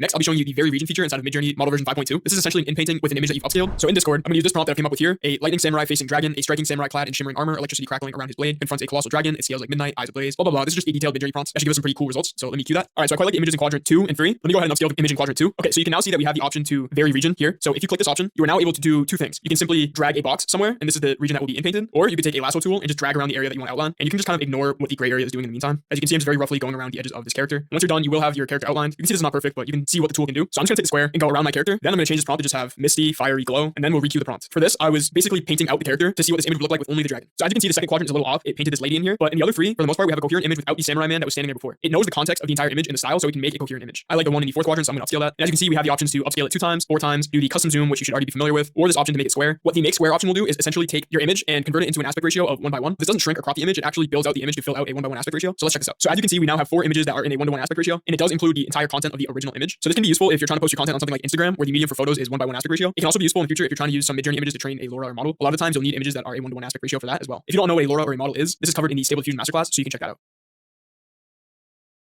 I will now be introducing you to seeds in Midjourney. So what a seed is essentially a number that tells Midjourney how to generate a certain image. With every set of images that Midjourney generates, it does it based off a seed. You can specify the seed that you want to use, or you can find the seed of a given set of images and then use that seed again to get more consistent styles and other aspects of those images that were generated. So as you can see in Discord, I just have this prompt of Aang from Avatar: The Last Airbender meditating. To find the seed that was used for this job, you just want to react to the job with the envelope. If you can't find it, just search up envelope. It is the first option, just a plain envelope. So once you react, you can see I now have a DM up here from Midjourney, and it then gives me the job ID and the seed that was used to generate these set of images. If I want to copy the seed, I can go back into my server with Midjourney, and here I have the exact same prompt I just used with the -- seed option at the end with the exact seed that Midjourney just DM'd me. If I hit enter, you can see that we have essentially the same exact images that we just prompted in the last job. You can go ahead and mess with the prompt and use the same seed to get a little bit more experimentation with your prompt. If you're reacting the envelope and you're finding that you're not getting a DM from Midjourney, you just want to check a couple of things. Just come over to the Midjourney bot in your server, click it and hit add app. Then you just want to select the server that you're adding it to and hit continue. Then you also want to go into the settings for your Discord account, go to privacy and safety, and you may have to adjust some of these direct message filter settings. So for me, I have do not filter direct messages for both options. And importantly, you want to allow direct messages from server members. After this, you will now be able to get the seed number from Midjourney in a DM upon reacting with the envelope to the job. I just want to note, if I were to upscale one of these images and then react with an envelope, in all models you can't do that. So I just recommend reacting the envelope to the grid of 4 images, and then you will get the seed number for that job. Say you want the seed number from a past job. It takes a tiny bit longer, but you want to go to the Midjourney website and then go to my images once you're logged in. Then you can select any of these images and you can see here the seed, and if you go here and go copy, you can also see the job ID. Then from there, you can take the seed or the job ID and prompt your new images accordingly. I'm going to show you style parameters in Midjourney and how you can use them in your image generations. So the style parameter replaces the default aesthetic of some Midjourney model versions. Adding a style parameter can help you create different effects to the images you're generating for the same prompts. So the current default model version 5.2 and the previous model version 5.1 have one style parameter, style raw. Style raw uses an alternative model that may work well for the people that are already comfortable with prompting who want more control over their images. So the images made with style raw have less automatic beautification applied, and this can result in a more accurate match when prompting for specific styles. So right now, the models that can accept the style parameter are versions 5.1, 5.2, and the Niji model 5. And I'm going to be showing you version 5.2 and the Niji model style parameters in this lesson. So now if we just prompt something simple, I'm just going to write car icon. So this is with version model 5.2, and you can see they look pretty good, but Midjourney has applied its own beautification to make these images look more aesthetically pleasing. Let's see what this does if we say say imagine car icon with dash dash style raw. As you can see, they look much less detailed and have that mid-journey beautification applied, and they look much more like icons with some flat shading. So this is what style raw can do. Let's try this with another prompt. Let's go with child's drawing of a car. We prompted the same thing with style raw. You can see that while this first set of images without style raw still looks like some children's sketches, they have some more detail in that beautification that mid-journey has applied. And with the style raw, these look much more probably like something that a child would draw. Let's check out the Niji model. So I'm just gonna go into settings and switch the model over to Niji model V5. You can get a quick peek of the different styles that I'm about to show you. We have default, expressive, cute, scenic, and original. So I'm just gonna write dog wearing a crown. Okay, so here are our images of the dog. Here's what the images look like with the style cute parameter. According to Midjourney, style cute creates charming characters, props, and settings. Let's see what this looks like with style expressive. And here is the style expressive. You can see it is a little bit more sophisticated in its illustration, just with the aesthetic of the style, and you can see that the illustrations are a bit more sophisticated with the intricacies of the detail. Next, we have style original, which is different than the default style. Style original is the Niji V5 model that was used prior to May 26, 2023. If you compare these 4 images from the style original, we definitely have a bigger range of styles in the style original. Out of all of these, I prefer these top 2 images with the style original. I think these 2 images look very good, and I really like the style. And the last one we have style scenic, and according to Midjourney, style scenic makes beautiful backgrounds and cinematic character moments in the context of their fantastical surroundings. As you can see in the 4 images of our dogs here, they do have some more scenic elements. This gives you a sense of how you can manipulate your Midjourney generations using the style parameter, and how even using the same prompt, the style parameter can have a big effect of the output that you get. Let's dive into prompt permutations in Midjourney. Permutation prompts allow you to quickly generate variations of a prompt with a single imagined command. You can include a list of options that's separated with commas within a set of curly braces in the prompt, and this will generate multiple versions of a prompt with different combinations of those options. The number of jobs that you can create with one single permutation prompt is dependent on your subscription. So if you have a basic subscription, you can create a maximum of 4 jobs with a single permutation prompt. With standard subscription, you can do 10 jobs, and with pro and mega subscribers, you can do 40 jobs. You can use permutation prompts to create combinations and permutations involving any part of Midjourney prompt. This includes text, image prompts, parameters, or prompt weights. Let's dive into this so you can see what I mean. So here let's have a dog wearing, I'll put a crown again, then I'll put sunglasses, and then a baseball cap, and I'm also going to add style original. If I go ahead and queue this prompt, this should create 3 separate jobs. As you can see, Midjourney is asking us if we're sure that we want to imagine 3 prompts from this template. You can show the prompts, and as you can see, it would be a dog wearing a crown, a dog wearing sunglasses, and a dog wearing a baseball cap. You can also come and edit the template. This is where you can edit the prompt. And then if you want to accept everything, you just hit yes. And as you can see, 3 jobs automatically queue. And as you can see, we now have 3 sets of images. We have the dog wearing sunglasses, the dog wearing a baseball cap, and the dog wearing a crown. This is very useful when you want to test specific parts of your prompt and you want to do it fast and all at once. Let's get a little bit more advanced with this. Out of all of these images, I prefer the one with the sunglasses the most. So let's go ahead and take this prompt, paste it in, and let's test out what these images would look like with different aspect ratios. So let's go dash dash AR, and then in our curly brackets, we could go 3, 2, 1, 2, 16, 9. And as you can see, Midjourney is asking us again. And this will generate 3 different jobs with the 3 different aspect ratios we just specified in the permutation. And as you can see, we now have 3 different sets of images. This one is with an aspect ratio of 3:2. This one is an aspect ratio of 16:9. And this one is an aspect ratio of 1:2. You can also do this to test out different models. So we could go dog wearing sunglasses, dash dash, and then in our permutation, we go version 5.2, Niji 5, and version 5.1. This will create 3 different jobs testing the 3 different models. And as you can see, we now have the 3 different sets of images testing the different models. Here we have Niji 5, which I still prefer the most. Then we have version 5.1, and then version 5.2. You can also use this to test out the style parameters that I showed you in the last lesson for Niji and version 5.2. As stated earlier, you can also do this with image prompts if you want to go back and check out Pope's lessons on how you can use an input URL for an image that you want to use in combination with a text prompt to get a new image. We can also do multiple and nested permutations. This is where you use multiple permutations in one prompt to check a larger number of combinations. So here you can see I have a dog with black or white fur in the jungle or desert. So if I go ahead and queue this will try to imagine 4 different prompts, and I will hit yes. You can see we have all 4 permutations. Here we have a dog with black fur in the desert, which is shown in these images. Then we have a dog with black fur in the jungle, which is shown in these images. Then we have a dog with white fur in the jungle, just shown in these images, and then a dog with white fur in the desert. You should start to see where you can go with this. We could do a nested permutation. Here we have a sculpture or a painting of a dog that's in the jungle or on a beach, or a sculpture or a painting of a cat that's on a sofa or in a truck. If we were to queue this, Midjourney asks if we want to imagine all 8 prompts. I'm just gonna hit yes. Okay, now we have all 8 permutations. Here we have a sculpture of a cat on a sofa, then a sculpture of a dog on a beach, then we have the sculpture of a dog in the jungle, then a painting of the dog on a beach, a painting of the dog in the jungle, a sculpture of the cat in a truck, painting of the cat in the truck, and a painting of the cat on the sofa. As you can see, there are so many possibilities that you can test out with these permutations, anywhere from images to style parameters to aspect ratios, models, as well as nested permutations. There's a whole host of different things that you can test out with this ability.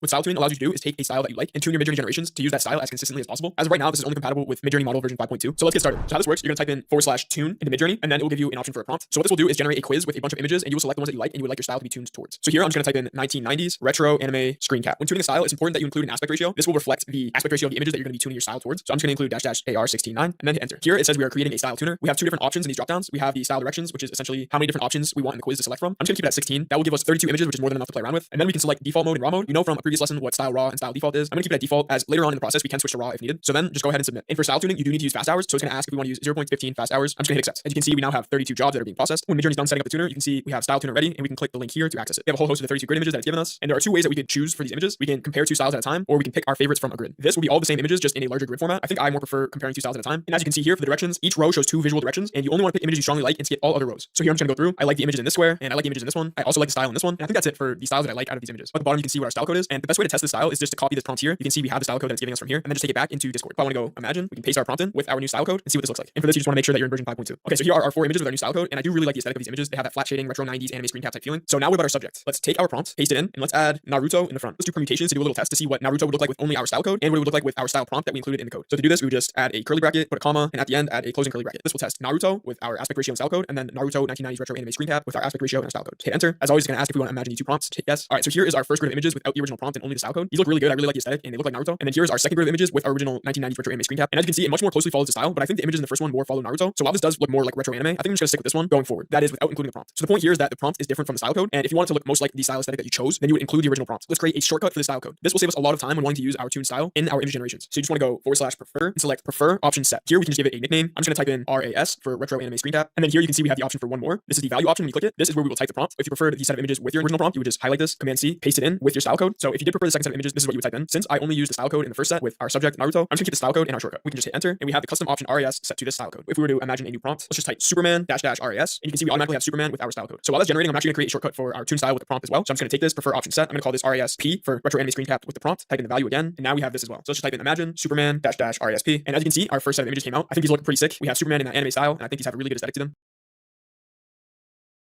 While these do look good, they kind of stray away from our style that we were getting up here before. They have more of a manga-esque kind of style. And here's our set of images with our RASP tune style. And these much more look like the retro anime Superman. I actually really like these. You can see it's even included Superman when he's Clark Kent. So for example, with either of these images, you're like, hey, the style tune code isn't really following our tune style. This is where you can play with the stylized feature. As you can see on the Midjourney site, the stylized parameter adjusts the influence of the style parameter on your generated images. So if you crank up the stylized, it can follow your style code more closely, but you will probably lose a little bit of the subject. So let's test this out. Let's go imagine Superman --RASP --S. And let's try permutation and test a whole range of stylized values. Let's go 20, 200, 400, 600, and 800. And let's see what this looks like. It's gonna ask for the 5 prompts as always. Hit yes. Okay, now we have our set of images from that batch of prompts. And as you can see, the --S800 very much has the retro anime aesthetic, but we lose Superman because the stylized value is so high. With 600, we have Superman in some of them. It doesn't really look like the iconic Superman, but we still have that style. Then 400, we're starting to look more like Superman with the retro anime style. And out of all of them, I think I prefer --S200 or --S20. As you can see with 20, we do have Superman very accurately in all of them, and they do have that retro anime aesthetic. And the same with 200. We still have Superman. Maybe his hair is a little off in some of them, but we have Superman in that retro anime aesthetic. You can, when you create the shortcut, add your aspect ratio, but if you don't, you can just play around with whatever aspect ratio you need at the time later on down the line. Okay, now that we found the values that we like, for me it was 20 and 200. Let's test those out with a little bit of chaos. So here I have a permutation for 20 and 200, and then let's also do one for chaos. Here I'm going to test out 5 and 20. For this, I do recommend keeping the chaos relatively low. This will add some variation with low chaos values, but high ones can really explode your images and the variety that you will get. Let's see what this looks like. Okay, so now these images are popping up. Here's our first set of images with the stylized at 20 and the chaos at 20. You can see we definitely get a bigger variety of images. I don't mind these, but I don't really think they're accomplishing what I'm going for. Maybe the one in the top right. Then next we have the stylized with 200 and chaos at 5. These are cool, but it's kind of blending in a lot of images. The suit with the Superman logo. The one in the top right looks pretty good. We have the stylized at 20 with the chaos at 5, and I really like this set of images. They all have that very retro anime aesthetic, and it's all depicting Superman very well, except for maybe this top right one with the suit. But I do really like the aesthetic of these. And the last one is the stylized 200 with the chaos at 20. And as you can see, we lose Superman in pretty much all of these, but we do have a pretty cool aesthetic. I mentioned in the beginning of the video that you could do style raw or style default in the original style tuning quiz mode. So now that we have this prompt, which I think I like the results of the most out of all of them, let's go ahead and copy it, paste it in. And to do style raw, what you want to do is come to right before your style code and add raw dash and then your style code. Let's see what this looks like. Out of all of the sets of images I've generated, these by far look the best. They have that really strong retro anime aesthetic and they all look exactly like Superman. I just want to quickly remix this with our aspect ratio of 16:9. And you can see here what all this experimentation has allowed us to accomplish, and all these permutations allow us to do it quicker. And now we have some images that are really aesthetically pleasing in the style that we've tuned and with our subject looking very accurate. Look at these with the 16:9 aspect ratio. These two on the left and the one on the top right, I think look great. Let's just quickly test this out with Naruto again. I really like the aesthetic of these images. I think the bottom two look really good because they only have Naruto. But again, in all 4 of these images, they have that really nice, sleek retro anime style. And you can see that the style closely resembles in the Superman images to the Naruto. I'm sure you can see where you can start to take the style tuning and how you can get much more consistency out of your images. I just want to make some quick notes over on the style tuner page on the Midjourney website. You can see that we can combine codes. So if you have multiple style codes, you can add a hyphen between the 2 codes, and this will blend the styles of them. I also want to note that they do say that you cannot do style tuning with the Niji model version through the Midjourney bot. To do this, you have to join the Niji Discord community and interact with that bot the same way that we did with the Midjourney bot. So it is possible with Niji. I quickly just want to throw in one more parameter that you can use in Midjourney, which is the weird parameter. This is different than chaos. What weird does is it will introduce unconventional aesthetics into your image. As you can see here, this parameter introduces quirky and offbeat qualities to your generated images, resulting in unique and unexpected outcomes. The weird accepts values from 0 to 3000. So let's test this out with our Superman prompt. You cannot use weird with a custom tuned style. Let's just check this out really quickly anyway. Let's try values of 100, 500, and 1000. And as these images start to pop up, you can see they are indeed very weird. We have Superman with some very weird facial expressions. Here he's flying through the sky. Same with these. This is with weird 1000, and these are super weird. But you can see I can get a little bit more creativity with these. Next, I will be introducing you to Midjourney version 6.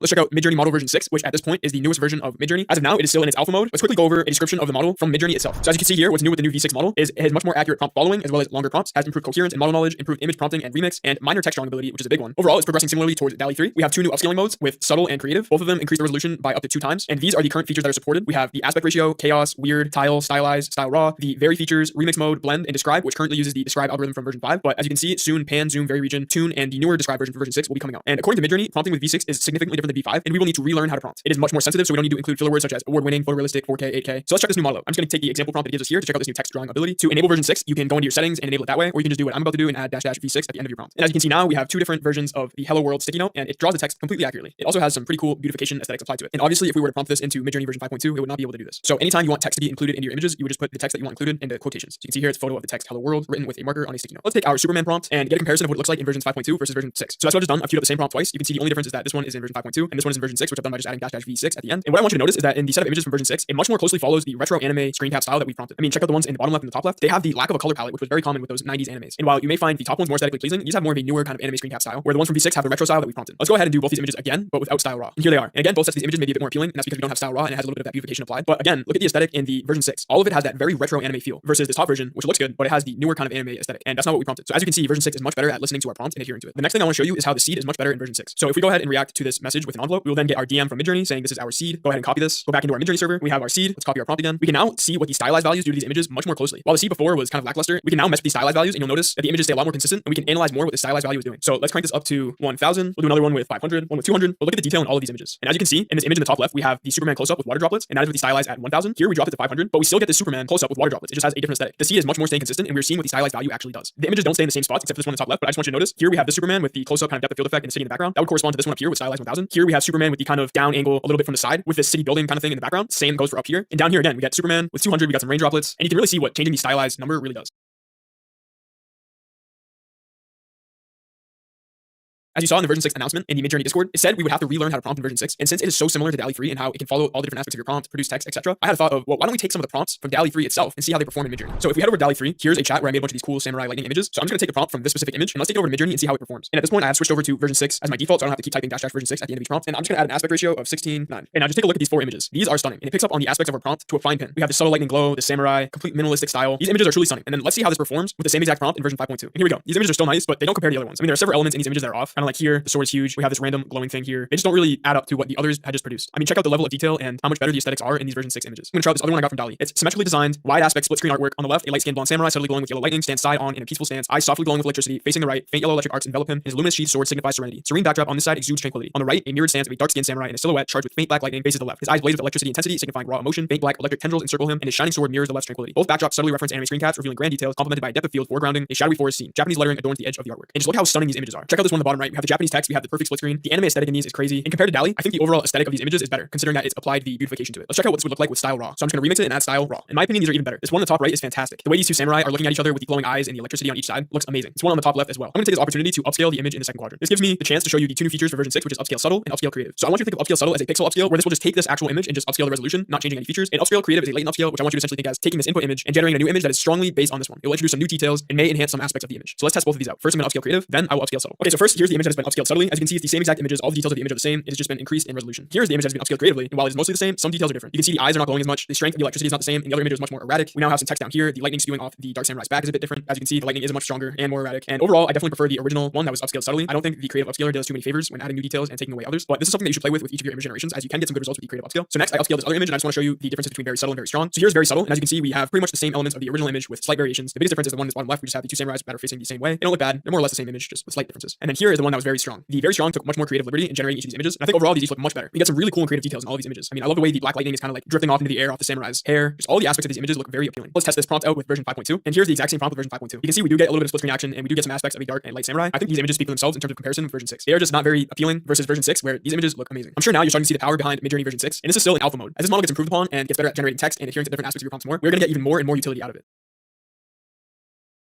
Midjourney has just released a big update with its version 6 model. It now allows you to get incredibly consistent styles across your generations using a style reference image. If you've been through the Stable Diffusion Masterclass, it essentially works the same as an IP adapter. You give it a reference image and it will get a deep understanding of the style in the image along with other aspects present, and then apply that to your generation. Now you can do this with an image that you generated in Midjourney or any image that you find online. I'm just gonna use this one that I just made as an example. Here we have Superman in a 1990s retro anime screen cap style. So to use the new style reference feature, you want to right click the image that's in Discord, copy the link, and then imagine your prompt. I'm just gonna type Batman, and then to activate the style reference feature, you're gonna do --sref followed by a space and then paste your link. From here, I'm just gonna specify the aspect ratio to be 16:9, then hit generate. And we now get some amazing images of Batman in the same exact style that we have from Superman. It's even gone further to include elements from the input image, such as the composition and the fact that we have the sky and clouds in the background. And all we prompted is the word Batman. We haven't included anything about the style. So you can see how strong of an effect the style reference feature is having on our generation. We can go even further to have more consistent style by prompting in the style that we're going for. I'm gonna do this by typing Batman and then our style, which is 1990s retro anime screen cap, and then include our style reference. Then I will do the same thing with Superman just to get a comparison. And as you can see, the style between the images are identical. The next thing I want to show you is style weight. So here I've just prompted an image of an oil painting. I'm going to then prompt Batman with our style reference of this oil painting. And this is what we get. You can see we get one image that has Batman that looks like the aesthetic of the oil painting, but the others don't really include him. This gives us the opportunity to mess with another parameter called style weight. The style weight is a value from 0 to 1000, which is how much you want the style reference image to be used in our generation. At default, it's at 100. So since the painting is coming through a bit strong right here, I'm going to reprompt this image with a lower style weight. This can be done with using --SW space. I'm going to specify 20. Then our aspect ratio, and then generate. And now down here we have some more images of Batman with an oil painting aesthetic. Another thing we can do is use multiple style reference images. So to do this, we just type your prompt --sref, include the link for your first image, which I've just pasted the oil painting, and then copy the link for your other image, a space after the first URL, and then paste it, and then specify the aspect ratio. And here we have some really nice images of Batman that combine the anime screen cap style with the oil painting. Another thing we can do is weight each style reference image. So to do this, we have our first link here, which is for the oil painting. You would add a space after that, followed by 2 colons, and then the weight that you would like. I'm going to put a weight of 1, and then after our second link, which is the anime screen cap style, I'm going to add 2 colons, and then a weight of 3. This should tone down the oil painting aesthetic. As you can see here, we much more have the effect of the anime screen cap style image with minimal effects of the oil painting. One last quick note is that style reference is different from image prompting. You're familiar with image prompting from lessons earlier in the Midjourney courses. This more combines what you prompted with your image, while style reference will transfer the style of your reference image to whatever you're generating.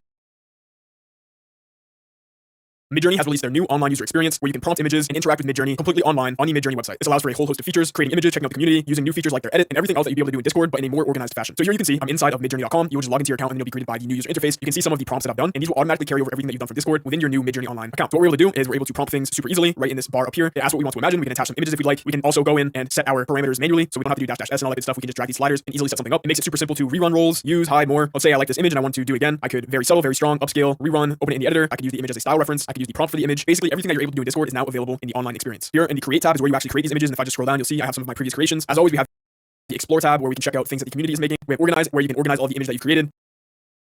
You can put them into folders, filters, and some other options. We have the personalize tab, which is something where you can basically teach Midjourney your own style, similar to the style reference tuning lessons that you saw previously. We have the chat rooms where you can see basically the things that the community is making. There's general chaos, prompt crafting, daily themes, and a newbies chat. You can see what people are typing on the right, and you can see the different images that they're creating with the prompts and all the settings here as well. We have the option for light mode and dark mode, which is great. You can choose your user settings over here where you can manage your profile, subscription, uploads, Discord. So overall, this new update makes it much easier and more user-friendly to use Midjourney. It puts everything in one location. You don't have to worry about adding a Discord bot. You don't have to worry about doing any of the other stuff. But what's most powerful is their new edit feature, which we're going to jump into in the following lessons. So let's jump into Midjourney's new editor feature, which is by far its most powerful feature that it's added to date. Now think of this as a Photoshop adjacent tool that we're able to use with Midjourney. We can use it with our own images or images that we generated with Midjourney. We can do a bunch of cool things with the power of AI to take images and transform them. Now, in order to get access to the Midjourney editor now, you have to fall into one of 3 categories. The first one is having created 10,000 images with Midjourney to date using your account. The second one is 12 consecutive months with an uninterrupted Midjourney subscription. And the third one is being subscribed to the annual plan. Now, I didn't fall in the first or the second category, so I went ahead and got an annual plan to show you guys what we can do with the editor. Now, when you open it up, it says, welcome to the Midjourney image editor. It lets you modify, expand, and reimagine imagery uploaded from your computer. As you can see, like I just mentioned, we can use images from outside of Midjourney, and we can do something cool that's called retexturing images. Let's hit this next button and see what else it has to say. So you can see this image just transformed, and we added an outer space background to this astronaut, and it looks great. That's just giving you a hint of what this Midjourney editor can do. And as you can see, we have a brand new terms of service that we have to accept. It gives us some guidelines for creating images, so you can read through these here if you'd like, but let's go ahead and agree to the terms of service and start creating. All right, so here is the layout for the image editor. We can edit from an image URL, or we can edit an uploaded image. Now I'm going to go ahead and edit this image that I created previously. So we'll go ahead and hit edit uploaded image. And now let's say the first thing that we want to do is actually expand the background of this. So what we can do is say move and resize. We can go ahead and shrink this down, place it in the center. And so in order to fill in the background, we actually need a prompt to put in. So let's say dark background, vintage movie poster. We can hit submit edit, and now this is going to start filling in the background. And as you can see, it has successfully filled in the background. It looks like the movie poster was expanded. We have a couple different options to choose from here on the right side. We can click through them and see the variations that it's generated. I think this one looks the best, so we'll keep this. And now we can go in with the erase tool and do a bit of inpainting with something that we'd like to see. I think the hands here are kind of messed up, so I want to erase these and see what we can do in terms of creating some better hands, and maybe it holds some type of matrix themed globe. So here I've erased the area that I want to inpaint. I'm going to write robotic hands holding a globe made of matrix code. I'm going to submit the edit and see what we come up with. And there we go. I think this looks much better. Now the hands aren't robotic. This is something you can reroll to get some different results. Let's go ahead and scroll through the variations here. Now I think this one looks pretty good. The fingers are still a bit messed up, so if we wanted, we can inpaint them again and get those fixed. But I'm just going to leave this as it is. Now let's say we wanted to change the back of this poster to be some green matrix code. Let's go ahead and test this out. So I'm just going over. If you want to reduce the brush size, you can do so here, so we can get a bit more finer details. You don't have to be perfect. It's going to inpaint intelligently. Let's just go ahead and isolate this background. I'm going to write green matrix code. It's falling in the background, vintage VHS. And then let's see what kind of results we get. Now I didn't quite listen to our prompt the greatest. We don't have that green matrix code in the background. This is something we can play around with to get the intended result. I do like this one. It adds a bit of depth to the background, so I will select this. And now let's see how we can kind of expand the image to the right. Maybe we can turn this into a 16:9 poster. So that's what I've just done. I'll prompt a red and blue vintage cyberpunk alleyway, neon lights, Tokyo, Japan. From here, we can submit the edit, but we can also go in and tweak the parameters for the specific adjustment. We can turn the stylization up a bit, we can turn up the variety a bit, we can change the version, and do all the things that we'd normally be able to do with Midjourney. So let me just go ahead and submit this edit and see what kind of results we get. And here we are now in a 16:9 cyberpunk alleyway. Scroll through these variations, see what we got. I think this one looks pretty good. And now what we can do, if we're happy with our image, we can go ahead and upscale to gallery. And if we head into our create tab, we can see that the image is now here, and we have it available to download or do anything else that we'd like. Now you can see how powerful this tool is. We're able to start with an image like this and transform it all the way to something like this. Now in the next lesson, we're going to jump into the retexture tool, which is another insanely powerful feature. So let's dive into the retexture feature. To get here, you would just go over to the edit tab and then click retexture here at the top. Now again, let's upload an image. You can see here, I've uploaded some interior design. This would be a good image to demonstrate the power of this retexture feature. Now if you've been through the other lessons in Leonardo AI and Stable Diffusion, you'll understand what image to image is, and that's essentially what retexturing is doing. Taking the structure of an initial image and changing it to match our prompt. So let's keep the same exact prompt that we had in the last lesson, where we have red and blue vintage cyberpunk alleyway, neon lights, Tokyo, Japan, and let's submit this retexture. And here it is. As you can see, it looks absolutely amazing. We have a cyberpunk theme going on, and we still have the general structure of our environment. Now we can go through, see the variations. This one looks cool. Same with this and this. This tool is insanely powerful. Now let's see what else we can get away with. I'm gonna write old rustic log cabin, fireplace, snowing outside, and let's bump the stylize up a bit. Let's put 700, and let's see what we get. And look how great this looks. We have the log cabin theme. It's snowing outside. We have a fireplace. It listens to our prompt perfectly. Now combining this with the edit feature is insanely powerful. You'd be able to inpaint different features. Maybe it's plans, maybe it's more furniture, and you can take that into retexture again to make sure it all fits. Your abilities with this tool is truly limitless. Let's try seeing if we can change the style itself into an anime style. So I've just written the prompt. Let's submit the retexture. Now you can see it didn't follow it that good. Let's try messing with the stylized feature to kind of reduce the details. And you can see lowering that stylized value certainly did help. It does have more of an anime aesthetic, although the details aren't as fine as we'd like. So we're seeing a slight limitation with this, but of course this is some settings that you can mess around with to try and get a desired result. Now when you're happy with something, I like the cyberpunk image, we can go ahead and upscale to the gallery. Again, that'll show up in our create tab. Overall, combining this with the edit feature just gave Midjourney a huge upgrade and a huge leg up over so many other image tools. Truly employ your creative thinking with these tools, and the possibilities for image creation are endless.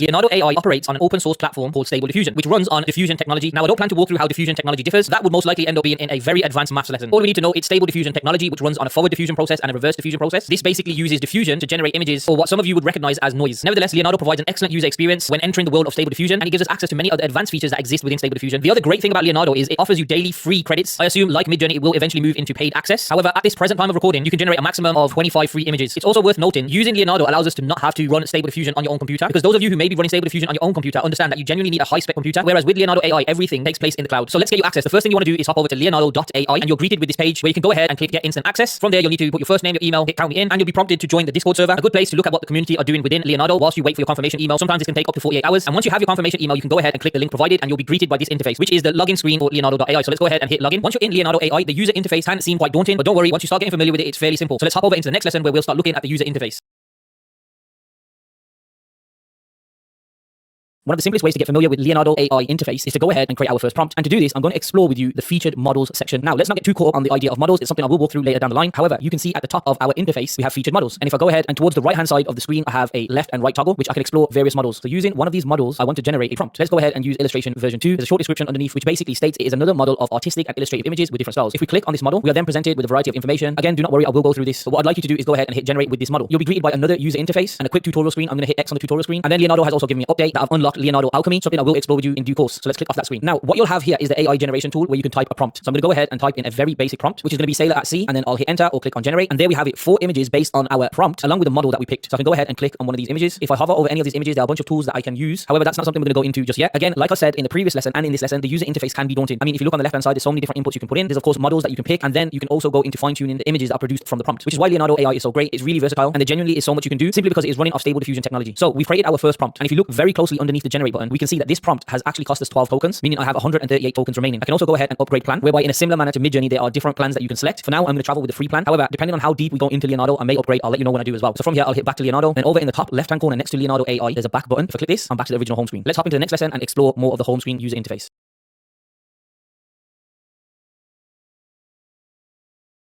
We've already discussed the featured models at the top of the user interface, and as previously mentioned, when we click on one of the models, we are greeted by a whole host of information, but it's worth me noting in this lesson, you can follow a particular model. You have the resolution of the model, which is generally the recommended settings, and then you also have the strength of the model. Now, the strength relates to how much of this model will influence the prompt that you may use. Back on the user interface of Leonardo AI, we also have beneath the featured models, recent creations. So these are the creations that are occurring throughout the creative community within Leonardo, and it's a great place to get images for inspiration. Prompt details, just by clicking on the image, you'll be able to find the entire prompt. You can copy the prompt, you can image the image, which is something we will discuss as we move forward in our lessons, and then of course, something you should be familiar with already, which is we can remix the prompt. Within the recent creations, towards the top right-hand side, we can see we are currently looking at the trending creations. We can look at new creations, and of course we can look at the top creations. You can go ahead and move this slider bar to change the size of the images you're looking at, and then usually toward the top left hand side we can search a particular creation we might be interested in to see if any of the community already has created a model that we can use. Now, at the time of recording this video, I have been speaking to the team at Leonardo AI. The search is currently disabled because they're pushing some updates. As we all know, and I've said numerous times throughout all of my AI lessons, AI is traveling at such a fast speed in terms of machine learning, and as a wholesome community, updates are occurring all the time, and it's super interesting to see what further diffusion abilities are revealed. Anyway, towards the left hand side of the user interface, we have our community feed, which essentially is a full size screen of the recent creations. It's worth noting, if we hover over any of these creations, we can see a heart button, which I can go ahead and click and mark as a favorite. And whilst I'm here, I'll also go ahead and follow a particular model. Let's follow this one, click off, and then if I click onto my personal feed on the left hand side, we can see that we've got your generations, so any images that I've created within Leonardo AI. I've got followers feed, whereby the model that I just followed, all the creations relating to that user who has created the model are available for me to look at. And then I've also got liked feed, which as you previously seen is an image that I've liked, and this is perhaps a great way to build up a library of images that you've seen whilst browsing through Leonardo AI for inspiration later on. Underneath your personal feed, you have training and datasets, so this involves creating your own model. Underneath that, we have fine-tuned models, whereby we can discover the platform models, so models that have been created by the Leonardo AI team, community models, where different people within the Leonardo community are sharing models for you to use. Your models, we've not created any as of yet, and then of course any favorite models that we may have selected. Beneath this, we have the user tools, AI image generation. If I go ahead and click this, this will take me to the prompt generation tool. So this is where we go about prompting our images using different settings, which we'll go into later, and different models. I'm just gonna go ahead and hit back at the top here, and then we have AI canvas. So click this. This is very similar to outpainting, something you should all be familiar with if you've gone through the DALL-E 2 mastery lessons. Again, something else that we will explore. For now, I'll go ahead and exit the editor, and then beneath this we have a new feature called texture generation, which is related to asset models and creating 3D textures. A bit more of the advanced stuff, and we'll see if we'll explore this within these lessons. And then finally, you have your settings and your FAQs. Feel free to go through the FAQs. You can pick up some little cool tips and tricks. However, I've got you covered. So there's a user interface for Leonardo AI. Yes, it looks complicated, but in fact, it genuinely is quite simple.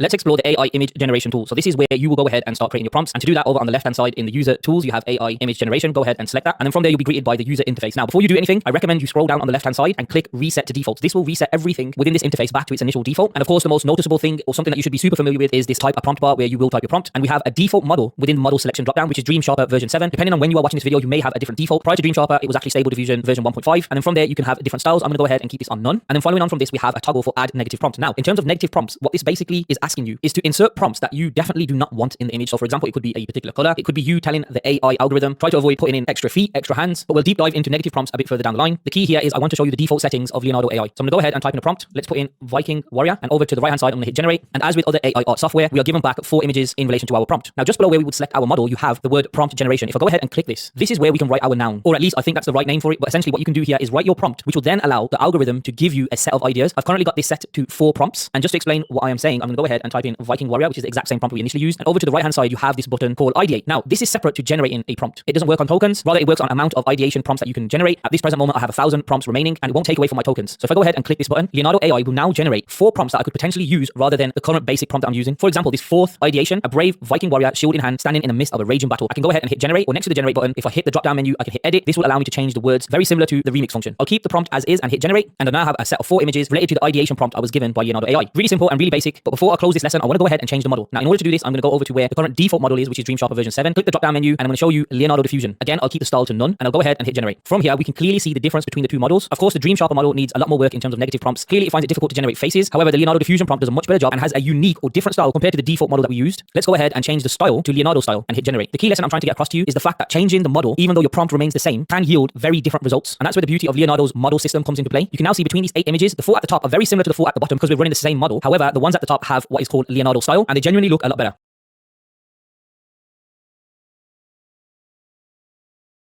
Continuing on within the AI generation tool, I want to discuss some of the tools that we have on the left-hand side of the screen. First up, we have the number of images, which you can go ahead and toggle from 1 to 8. I tend to keep this on 4. It's something that I'm commonly used to with DALL-E and Midjourney, so I'll just go ahead and collapse this section. Moving on, we have a whole assortment of tools relating to alchemy and magic. We'll ignore this for now. It's something that I will cover as we continue within this course. Now, what I actually want to focus on is image dimension. So to do this, let's go ahead and insert a more robust prompt. So I've got design a portrait of a male futuristic astronaut with a sleek and advanced spacesuit and equipment. Inspired by movies like Gravity and Interstellar, the portrait should highlight the astronaut's courage, curiosity, and sense of adventure. 3D render, octane render, intricately detailed cinematic. Let's go ahead and hit generate. So Leonardo's given our 4 images back. They look relatively okay. However, there's a lot here that we haven't applied in regards to the tools that we have available for us. So just to help, I'm going to go ahead and prompt generate portrait of a male futuristic astronaut, hit ideate, and I quite like this 3rd prompt that Leonardo has given us, a surrealistic dreamlike portrait of a male futuristic astronaut with a surrealistic ethereal atmosphere. I'm going to go ahead and hit generate. Fairly decent, especially compared to our initial prompt. I do tend to find that the prompt itself does matter. However, I do feel like the model and the tools that you use are just as important. So over to the left hand side, I'm going to turn off prompt magic. Go ahead and hit generate again, and you generally can see the difference where prompt magic is applied. However, like I said, we will go into more detail where prompt magic is concerned in a later lesson. So image dimensions. Each model that you use has a recommended dimension. Therefore, if I was to change any of the image dimension that's currently here related to the Dreamsharper version 7 model, which is a fine-tuned model of Stable Diffusion's version 1.5 model, the resolution it runs on is 640 by 832. Now, if I was to go ahead and click on 1024 by 1024, you'll notice I get an exclamation mark pop up next to the image dimensions. And essentially what that is telling us that this model has not necessarily been trained to that upscaling or that resolution. So if I take this prompt and regenerate with the new dimensions that I've specified, we may not necessarily get the type of image that we're after, although the results back are not necessarily that bad. However, if you really mess around with aspect ratio and the image dimensions, you can get all sorts of weird results, for example, an elongated head. So it's always best to stick to the recommended resolution. And as you can see, once I move these sliders back, it's a 3:4 aspect ratio, 640 by 832, as specified over here in the model selection area. Now, if I change the model to Leonardo Diffusion, you can see that the recommended resolution is 1024 by 1024, and of course, Leonardo automatically ensures that you have the right image dimensions. I had a great creative session with Leonardo AI, and for some reason I traveled from Viking to humanoid or AI/human robot into AI destroying the entire planet. Before I get into the lesson, it's worth noting that these 2 endoskeleton images I've created in Leonardo are running off the same prompt. It's just one is using alchemy and prompt magic and the other isn't. But we will get into that a little later on. What I actually want to do in this lesson is go through the upscaling process within Leonardo AI. So if I hover over this image, you can see at the bottom of the image I've got a whole host of different options, and if I click on the image, I also have them displayed at the bottom. So the very first thing I can do is delete the image. I can go ahead and download the image. I can unzoom, which if I click this, you'll see that basically it zooms out. And within the Leonardo interface, rather than it just occurring automatically, you get a drop-down menu on your image, whereby any modifiers that you've applied to your image, you can toggle between. So I've got the original image, and if I hit the unzoom image, you can see we've zoomed out. Now that's not necessarily done a great job because I can see over here at the top, there's a random piece of metal. Who knows? So if I go back to my original image, next to the unzoomed image, there's the option to remove the background. Now this is a great option when it works, of course. So if I was to manually remove this background, I would most probably go down the route of ensuring the endoskeleton body stays intact. I might try and keep or retain these lasers either side of the image, and then I'd remove the rest of the background. Let's go ahead and click remove background and see what Leonardo AI does. So back in the drop-down menu, if I click no background, we can see that it doesn't do a great job. It's actually only left the endoskeleton face in the image. And I'm kind of glad it has done this because whilst the feature is good on certain models, I don't really see a great use case of no background. Majority of the times I've been using it, I do not get the desired image I'm after on an alpha channel. So back into original image. Now, what we have here is a set of upscalers. The very first is the creative upscale. Now, this is the first upscale that Leonardo AI had prior to its updates. Depending on the time of you watching this video, I'm sure there'll be different upscalers or more advanced versions. But the creative upscale basically allows you to upscale the image. However, you may notice or see some type of loss within the image. So let's go ahead and click the creative upscale. So here we've got the creative upscale selected. Now you can see the image has been upscaled, but we have lost quite a lot of detail compared to the original. If I just toggle between the two, here's the original and here's the creative upscale. A massive loss of detail. Now this is where the next upscale comes into play. It's called the alternate upscale. And generally what this does is if your creative upscale doesn't capture the detail or it has lost the detail like we have in this case, I can go ahead and click it. And what I will try to do is on the upscale, it will try to retain as much detail as possible. So here we have it. I can straight away tell that this has way more detail than the creative upscale. So let's just toggle between the two. Here's the creative upscale image and here's the alternate upscale image. A clear difference. Now if I go back into the original image, then go into the alternate upscale image, yes, there is still a slight loss in detail, but we have managed to upscale the image and of course retain a decent amount of detail. If I toggle back into the original image, I then have another two options to upscale. The first is the HD smooth upscaler and the second is the HD crisp upscaler. Now the way I look at this is the smooth upscaler is very similar to the creative upscaler in the sense that you lose a sense of detail. However, it does it on purpose. For example, if you've got an image, in our case we have a focused image whereby we want to retain some of the detail. However, there are parts of the image that we would like smooth and perhaps even blurry per se. So here we have the HD smooth upscaled image. If I compare this to the original image, you can see it's actually finessed the areas of the endoskeleton on the head and even around the nose and eyes. So if I just toggle between the two, you can see there's a decent smoothing effect applied to it. Now if I go back to the original image, we have our last upscaler, which is the crisp upscaler. And essentially this is a balance between the creative upscaler and the alternate upscaler. So by clicking this, technically we should find the medium between both images. So here we have it, the HD crisp upscaled image. Personally, this is my favorite. If I go back to the original image, which don't get me wrong, looks absolutely brilliant and I would prefer if I could just keep this image. However, we are upscaling the image. There is going to be some level of change, but the HD crisp upscaled image does a pretty good job. I don't want this lesson to turn into a creative session. It might turn into that because I want to move away from this endoskeleton that we've currently got in our prompt and let's go and explore a completely different model. So the first thing I'm going to do is on my AI generation tools, I'll scroll down to the bottom and hit reset the defaults, move back onto our home screen of Leonardo AI and let's scroll through some of the recent creations and perhaps we'll do something related to a samurai, maybe some type of art that relates to the Japanese style of creation. The first thing I'm going to do is in recent creations, change the toggle to top rather than trending and let's have a look at some of the top recent creations. I quite like this over here. It's a muted Chinese ink painting and it's running on the Leonardo diffusion model. The resolution seems like it would fit on a 9:16 video, so a vertical video like Instagram Reels or TikTok. I'll copy this prompt and we'll select the Leonardo diffusion model. I'm going to avoid using prompt magic at the moment. So the image dimensions were 512 by 1024 and over in type a prompt, I'm going to press Command V or Control V on your keyboard and let's see if we can play around with it a bit. So we've got muted Chinese ink painted, muted colors, rice paper texture, splash ink, nin, bin, town, boat, red sun, old cottage, lakeside, morning light, clouds, wet to wet techniques. I think at the start of this, I'm going to go ahead and write the word samurai, hit generate and let's see the prompts that we're given. I've currently got only two number of images selected and that's pretty cool. I genuinely like this first image. Let's head over to prompt generation and type the word samurai, blood moon as this was missing in the first image. If I hit ideate, I'll get 4 prompts that relate to the two nouns that I've used, which is samurai and blood moon. And I believe the second prompt seems to encapsulate what I'm looking for and might relate heavily back to the initial prompt that I've got, which is a fierce samurai silhouetted against a crimson sky, brandishes a sword in the light of a blood moon. So I'm going to Command V or Control V copy, remove the word samurai and put this at the front of the prompt that we've got. I'll change the number of images to 4 and let's hit generate. Now after hitting generate, you should go back over to image generation, which is next to prompt generation, and you should have the 4 images or how many ever images you've selected against the new prompt that you've created. So here we have 4 images which relate heavily to our initial prompt. I do like this second image that Leonardo has given me. So let's go ahead and work with this. In this lesson, what I actually want to explore with you is the guidance scale, which is located over here underneath the image dimension. And what the guidance scale does is basically direct Leonardo or the diffusion sampler model in how much of the prompt it should consider when generating its image. So if I completely push this all the way down to 1 and hit generate, and then at the same time, I'll push it all the way to 20 and hit generate. You'll notice where I've selected a guidance scale of 1, the images have come back pretty fast. This is simply because there's not much consideration that needs to be taken into account in relation to the prompt itself. However, the results are really good, which is quite shocking. Again, I'm leaning more towards the second image here. I could imagine splitting these layers and have this particular samurai moving and maybe some text on top in a creation video. And if I scroll up, we have another set of images which are heavily related to the prompt. And from a creativity perspective, I'm leaning a lot towards this final image here. Again, I can see me splitting this out and perhaps adding some movement in post-production. But relatively, you'll find that not many people play around with the guidance scale. It can yield a large amount of variation on your images, and you'll find that majority of images have a guidance scale of around about 7 or 8. Usually a halfway house between the prompt and the diffusion model is best.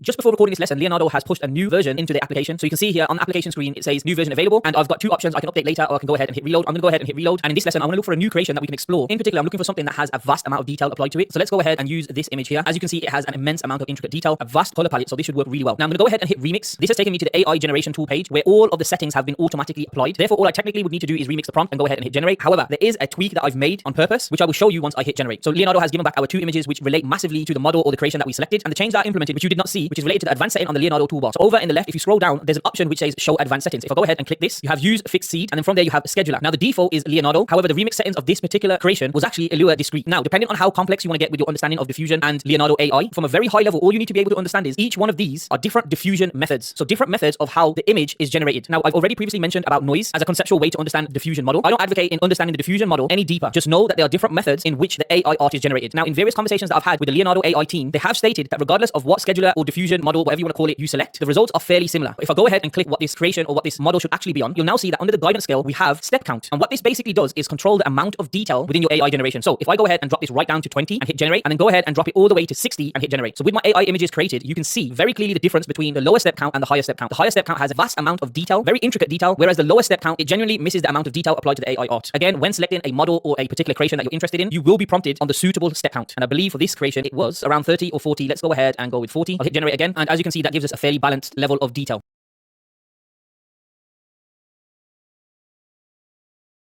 Negative prompts, not necessarily negative. In fact, using negative prompts allows you to ensure the image that Leonardo AI generates avoids certain mistakes. Now, we all know that AI at its current form tends to have problems with multiple fingers, multiple hands, multiple legs, multiple toes, and all of these type of deformations in relation to your AI art. However, with that being said, at the time of recording, Leonardo has pushed various updates, and having conducted quite a few creative sessions, I can actually confirm that the training and datasets in the models that are presented within Leonardo AI are doing a much better job at removing these defects. And I guess at the time of you watching this video, they could be completely gone. So over in the AI image generation tool on the left-hand side, you have your particular bar where you can type a prompt. Underneath this, you have a toggle switch for add negative prompt. If I switch this on, I now have a secondary bar where I can add negative prompts. Again, just to reiterate, a negative prompt is you telling Leonardo AI what you do not want to see in the image. What I'd like to do is go ahead and give you my baseline or my default prompts that I use in every image. These are heavily related to portraits. As you know, Leonardo AI is predominantly used to create characters, portraits, and images of this kind of nature. So the prompt is disfigured, kitsch, ugly, oversaturated, grain, low res, deformed, blurry, bad anatomy, disfigured, poorly drawn face, mutation, mutated, extra limb, ugly, poorly drawn hands, missing limb, blurry, floating limbs, disconnected limbs, malformed hands, blur, out of focus, long neck, long body, ugly, disgusting, poorly drawn, childish, mutilated, mangled, and old. These are prompts that I've collated together over my journey when using Leonardo AI. Feel free to plug them in, but of course you need to adapt your negative prompt based on the image that you're creating. This is why you want to go through various reiterations of your image and keep updating your negative prompt until you've got the final creation you're happy with. So if I go ahead and go back onto the home page, in the recent creation sections, I can go ahead and hit new. And from here, I can start scrolling on various images or various pictures and just have a quick look at if they have used any negative prompts. And you'll find with the recent update, a lot of people are no longer using negative prompts. But for example, this particular image here, we can see there's a whole host of negative prompts. And if we look at the image itself, the hands look really good along with the feet. There's no extra limbs, there's no random AI generation. So we could potentially pinch a prompt or two from this image. For example, two heads, cropped, out of frame. And I'll commonly use this particular method of building my negative prompts depending on the type of image I am looking at. However, with that being said, as mentioned previously, Leonardo is doing a really great job of ensuring images that are currently created do not require as much negative prompts as they once used to. So I'm going to go ahead and prompt Goku Super Saiyan. I've kept in the original negative prompts that I mentioned earlier, and I'm pretty sure we'll get two very decent images based on a very simple prompt. So as you can see in this very first image, we've got one thumb and four fingers, one thumb and four fingers. So really great job. There's no AI dysmorphia happening within the image. It's actually a really great image, and so is this a really great image as well. It looks genuinely like something I would use. The key takeaway from this lesson is to ensure that you are using negative prompts, but as the growth curve in AI art and AI in general continues, negative prompts may become a thing of the past.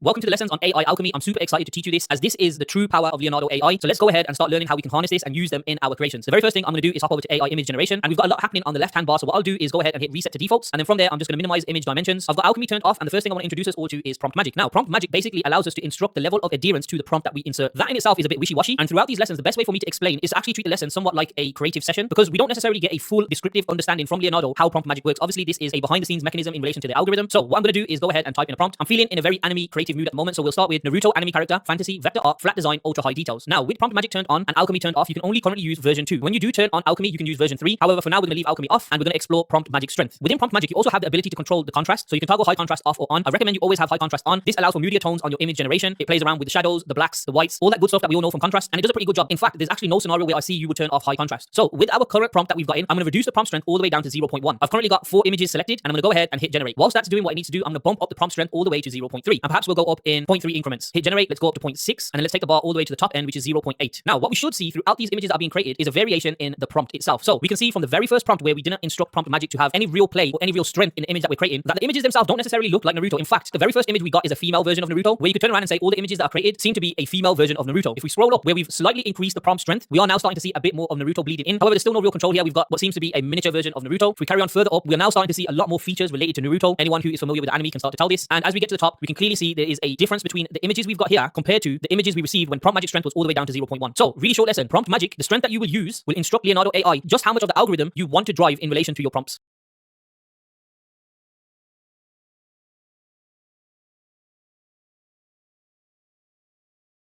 As we go through the AI alchemy lessons, I want to try and make sure that the prompts that I use resonate with all of you watching. So let's go ahead and try and recreate Mario with a samurai sword. Very simple prompt, but what I want to try and do is start showing you the magic of alchemy. Over in our settings panel, I'm going to keep the prompt strength to around about 0.5, so just above halfway house, and I'm going to go ahead and hit the toggle feature to enable alchemy. Now, we get a whole bunch of different options presented to us. I'm going to work through every single one of them throughout these lessons, but the very first thing you should notice is that prompt magic has now reverted from version 2 to version 3, which is currently in beta, and depending on when you are watching this lesson, we could be on version 4, 5, 10, who knows. Again, I'm just going to reduce the prompt strength back to 0.5. There is a new mode that gets unlocked, which is called raw mode. Personally, I recommend you stay away from this, and it is much more related to having complex and lengthier prompts. This is something we're going going to explore in the later lessons and relates heavily to syntax, but don't worry about that for now. Alchemy, where the fun and the magic really starts to happen. And the very first thing I want you to understand is that when you apply alchemy, it straight away will times 2 the resolution or the input dimensions you have. So at the moment on Dream Sharper version 7, the recommended resolution is 640 by 832. So if I go ahead and readjust this so it's 640 by 832, you can see that with alchemy applied, the final resolution will be 960 by 1248. I'm going to go ahead and hit generate, and whilst that's generating, I want to toggle on what is known as high resolution. This again will allow another multiplication factor. However, it also gives you a word of warning. Because you're now trying to push the resolution as high as possible, Leonardo's algorithm may not necessarily give you the results that you want. And you could somewhat say it gets fun. Let's go ahead and give it a try. Generate. Our first images have come back of Mario holding a samurai sword. They're pretty cool. I quite like this one here.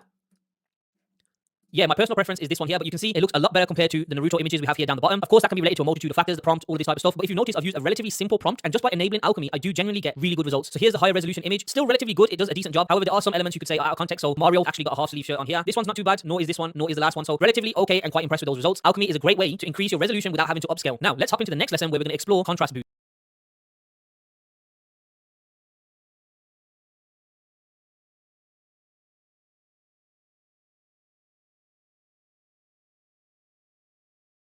In the background, I've been working on a specific prompt that I want to go ahead and try out. It's extremely relevant to one of the projects I've got ongoing, and I believe it will help this lesson when trying to explain contrast boost. Now, contrast boost improves contrast. What does this actually mean? Well, what it is referring to is the dynamic range. I don't plan to go into detail what dynamic range is where contrast is related. However, for those of you who are in the photography niche or have some understanding of CC, which you all should by now, it's related to the density and luminance of an image. So with that being said, let's go ahead, put in this prompt. I'm going to use a negative prompt because I'm pretty sure some of the words in there probably could produce something that is not PG. So let's go ahead and type this prompt in. Without rereading the whole prompt out, essentially what I'm looking for is some type of female oracle or some type of third eye luminous type of feeling like celestial beings. And then I've inserted my default negative prompt. However, I'm going to go ahead and put the word nude in there just to ensure that we keep it PG. Currently, I've got the contrast boost set to 0.5. I've taken high resolution off. I don't necessarily need anything that is higher than 960 by 1248. And rather than hitting generate on 0.5, I'm going to pull the contrast all the way down to 0. Hit generate. I'll pop it back up to 0.25. Hit generate. 0.5 generate. 0.75 generate. And 1 generate. Let's see the results that Leonardo AI gives us. Now, keep in mind, I've never used this prompt before, so let's just see the very first results we've given us is based on 0 contrast boost. Now, the results themselves are not that bad. However, when we do see the next set of results, we'll start to see what we mean by improving the contrast and dynamic range of the image. And here we go. At 0.25, we can start to see there is much more dynamic range or detail compared to 0 at all. I'm quite impressed with the images and the prompt that I've used as well. At 0.5, we're really starting to get this much more lifelike, detailed, dynamic range contrast. We can see the shadows starting to come in play. And at 0.75, we genuinely are starting to see images that we would use. Maybe we could even say the contrast here is a bit too much. It seems like the neckline has disappeared. I quite like this one. Again, looking at the details on the hair, the follicles, it's really doing a great job. And then with full contrast boost, we've got this absolutely amazing dynamic range coming throughout the image. You can see the shadow coming from this particular area of the hair, overlapping onto this particular area of the hair. Again, you can start to see the dynamic range, the quantity and the density coming throughout the image, especially on these jewels or this crown of the oracle. Really amazing. I'm quite happy with those results. And I hope this gives you a deeper insight into how contrast boost can change the dynamics of your image. Again, just to provide some clarity, here's an image with 0 contrast boost, and here's an image with full contrast boost. You can clearly see the difference.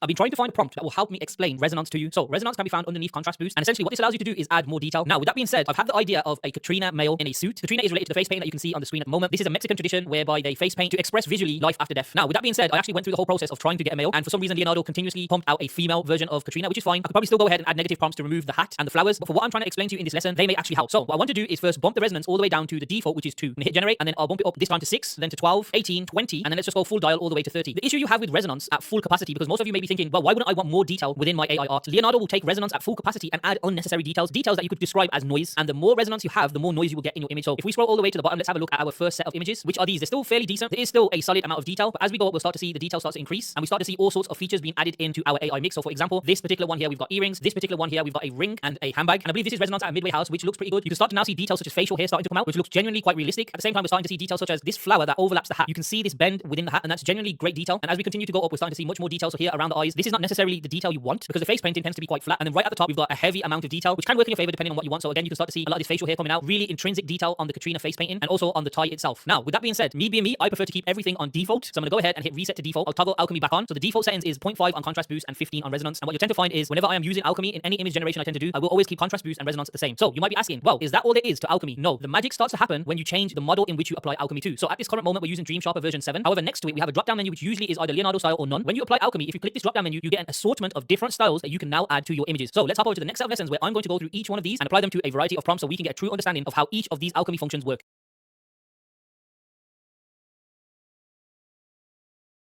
So we left the previous lesson looking at different forms of AI alchemy. Now, throughout my research and travels online, I'm unable to find anywhere where these alchemy settings have been explained. So what I'd like to do going forward is perhaps do a mini creative session on each one of these. We'll see how it goes. And I guess at this point, the very first thing that we need to do is show the differences between each one of them based on a single prompt. So I'm going to go ahead and put in a very simple prompt, which is Vietnamese fisherman with net, wetlands, foggy morning, sunrise. And by default, alchemy will use dynamic mode or the dynamic settings, whatever you want to call them. So the very first thing I'll do is go ahead and hit none. Click generate, and from here we can see what our prompt does. Now I want you to take particular notice at the fact I've not included particular style in the prompt. So for example, I've not specified for it to be a pencil drawing or a watercolor style or anything along these lines. This is where the settings actually come in quite handy. So on none, we can see that we've generally got a almost photorealistic image of a Vietnamese fisherman. If I now start right at the top and hit anime, we can go ahead and see that the alchemy completely changes the image that we get. We can see a very clear difference in the images from none versus anime, and this genuinely has a very anime style or anime flair created to the image. Let's go ahead and hit creative. And whilst we're doing that, we'll just quickly double back and hit each one of these. So environment, general, and perhaps we stop there before I get confused as to which alchemy I'm using. So after our anime, we have our creative, and in here we can see that Leonardo AI is allowing some level of creativity to come in through the images. We can see different elements being added to the image, the change in background, the change in the color of the clothes. And then as we move into dynamic, we can see that things have become slightly varied. Here we've got the fisherman in the boat. Again, we've got the fisherman here in the boat, but it seems a lot more focused on just him. Again, outside the boat, however, we can see in the background there's quite a few different fisherman boats. So dynamic variation. Then from there, what we have is environment. Now we can clearly see the environment between each of these are different. So that's super essential. If you are looking for a particular style of image where you have a variation in the environment, this could be a really good tool for you. And then we have general, which literally, as the title suggests, is general. I guess there's no real direction here rather than the fact that each image has its own general feeling about it, right? Then let's go ahead and hit illustration, photography, ray traced, 3D render, sketch black and white, and lastly we have sketch color. So we've got our photography setting back, and it generally looks good. It gives off that flair of perhaps someone is posing and a person is capturing a set photography. So I guess you could say it conforms to the rules to some aspects. However, I do find this one really powerful, which is ray traced, and we're now starting to embark in the realms of portrait style, 3D render, Unreal Engine territory, which does give a great effect. And this goes even deeper when we use the 3D render on AI Alchemy, as you can see. But we are also starting to see these defects come out, so most likely we would probably need to use some negative prompts. And then from there we have the sketch black and white, which looks amazing, especially if you're trying to delve into the black and white type of theme. I really like this image here, the fact that we've got some of these birds in the background. This generally looks like someone who has taken the time to sketch a Vietnamese fisherman. And finally you have sketch color, which realistically doesn't do what it should in this particular scenario. It should be more bleeding of colors coming through with the sketch color. It's somewhat there, and perhaps within this prompt, if I was going to use sketch color, I would maybe specify particular colors, probably greens, maybe some blues, but that should give you an overall flavor of each of these different AI Alchemy settings. Let's hop into the next video where we're going to explore each one of them and do a mini creative session. I don't want them to be too long, so I'm just going to quickly blast through a couple examples, and from there you should get a good flavor of which particular setting would suit whatever style you are going to use. And going forward, let's start from the bottom up, because as you all know by default, I can already tell you anime is going to be my favorite one to play around with.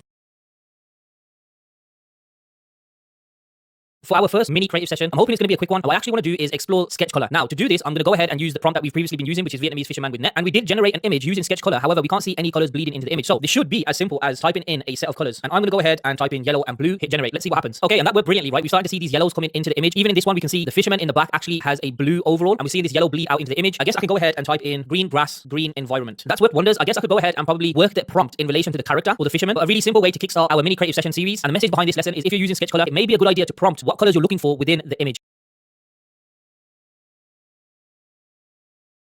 For our next creative session, we'll be looking at the sketch black and white. Now, for this particular alchemy, I would personally use this for perhaps vectors or logos, maybe even icons. So let's go ahead and prompt a vector. So in this scenario, I'm going to use a very simple prompt, which is vector wolf logo, scary, beautiful. Let's hit generate. And for anyone who is considering making logos using Leonardo AI, the word vector here is super important. And we've been given back 4 images that could somewhat be used as a logo. However, I'm looking for more of a flat icon style. So let's go ahead and type in flat icon, website logo. I could have perhaps used the word minimalism as well. And this is the current trend that we're in, right? And I think this trend won't go old. You'll start to realize that minimalism has always been there in the background throughout different themes, different trends, different art styles that have appeared. And everything that we do is leading towards a minimalistic style, the minimalistic trend. It's not bad at all. I actually think maybe scary and beautiful or adding too much texture into the actual prompt. So let's go with vector wolf logo, flat icon, website logo, minimalistic. And this could perhaps also be related to the particular fine-tuned model that we're using. So currently I'm sitting in Dream version 7. I could perhaps change this to illustration version 2. The images that have been kicked back, we can see now we're starting to lead more towards that flat icon style. I could see me using this as a potential logo. Let's just quickly go ahead and change the model to illustration version 2. I'm gonna hit generate, and then at the same time, I'm actually gonna go ahead and change the model to stable diffusion 1.5, hit generate, and then from there, let's try Leonardo diffusion, hit generate. I'll just quickly switch it back to Dream version 7 as that's the default currently, and that's the one I want to explore with everybody. So illustration version 2 has come back. We can see there's slight differences. These are pretty cool. And with 1.5, we generally are leading towards more of the logo looking style aesthetic. I could see me using this as a logo, perhaps taking it into Photoshop and applying some text over it. Let's see what Leonardo diffusion does. So they're all actually fairly similar. Let's kick back onto the home screen and see if we can find a particular logo concept. Here's one. It's running on Leonardo diffusion, and it's got logo concept. In this logo, a stylized representation of a tree emerges. So I'd probably pinch logo concept in this logo, a stylized representation. I'm gonna copy that, click off this, go back into the AI image generation, hit logo concept in this logo, a stylized representation of a wolf logo, flat icon, website logo, minimalistic. I'm gonna go ahead and hit generate, and let's see what this does. So hopefully for those of you who are paying attention to this lesson, you're starting to notice the manner in which I develop my prompts, the manner in which I go about exploring a creative session. And look, this looks absolutely amazing, right? Something like this I could probably re-role play around with. I could definitely use this as a logo. If I was to hire an artist to create something like this, they would charge me an absolute fortune for it. Really pleased with that. But as I was saying, you need to go through creative sessions in order to find out what works for you and what you plan to use. I also think the sketch black and white, a really good scenario or case use for this could be icons. I always advocate for icons. Like for example, you may be building a website, you may be putting icons within a video edit or some type of presentation. So let's go ahead and try and quickly put some prompts together for chess icons. So here I've got chess piece icon set. I want to ensure that I push the black and white. So even though we've got sketch black and white, I still want to go ahead and reinforce black and white chess figures. I want it simple, and I want each image or each chess icon isolated in illustration style. And then I want to ensure that each chess icon piece has the same height or width and it's also in order. Let's go ahead and hit generate, see what Leonardo AI gives us. Wow, that's really good. I could potentially see me re-rolling this a few times just to ensure that I get the right icons, but this one probably looks as close as possible. I've potentially got 3 or 4 icons that I would use. Perhaps this king icon, the bishop, and I believe that is a queen, or maybe that's another form of a bishop. But the castle does look good over here on the right hand side. I guess the knight icon I could use, and I could potentially see me pulling these, removing the background and inserting them into a video. Maybe there's a bullet point section on the video where I've got to include some type of graphic and then some writing next to it. It would look pretty cool. But nevertheless, for this creative session, I do feel like if you're going to use sketch black and white, it should generally be for something that's related to vectors, something that's related to icons.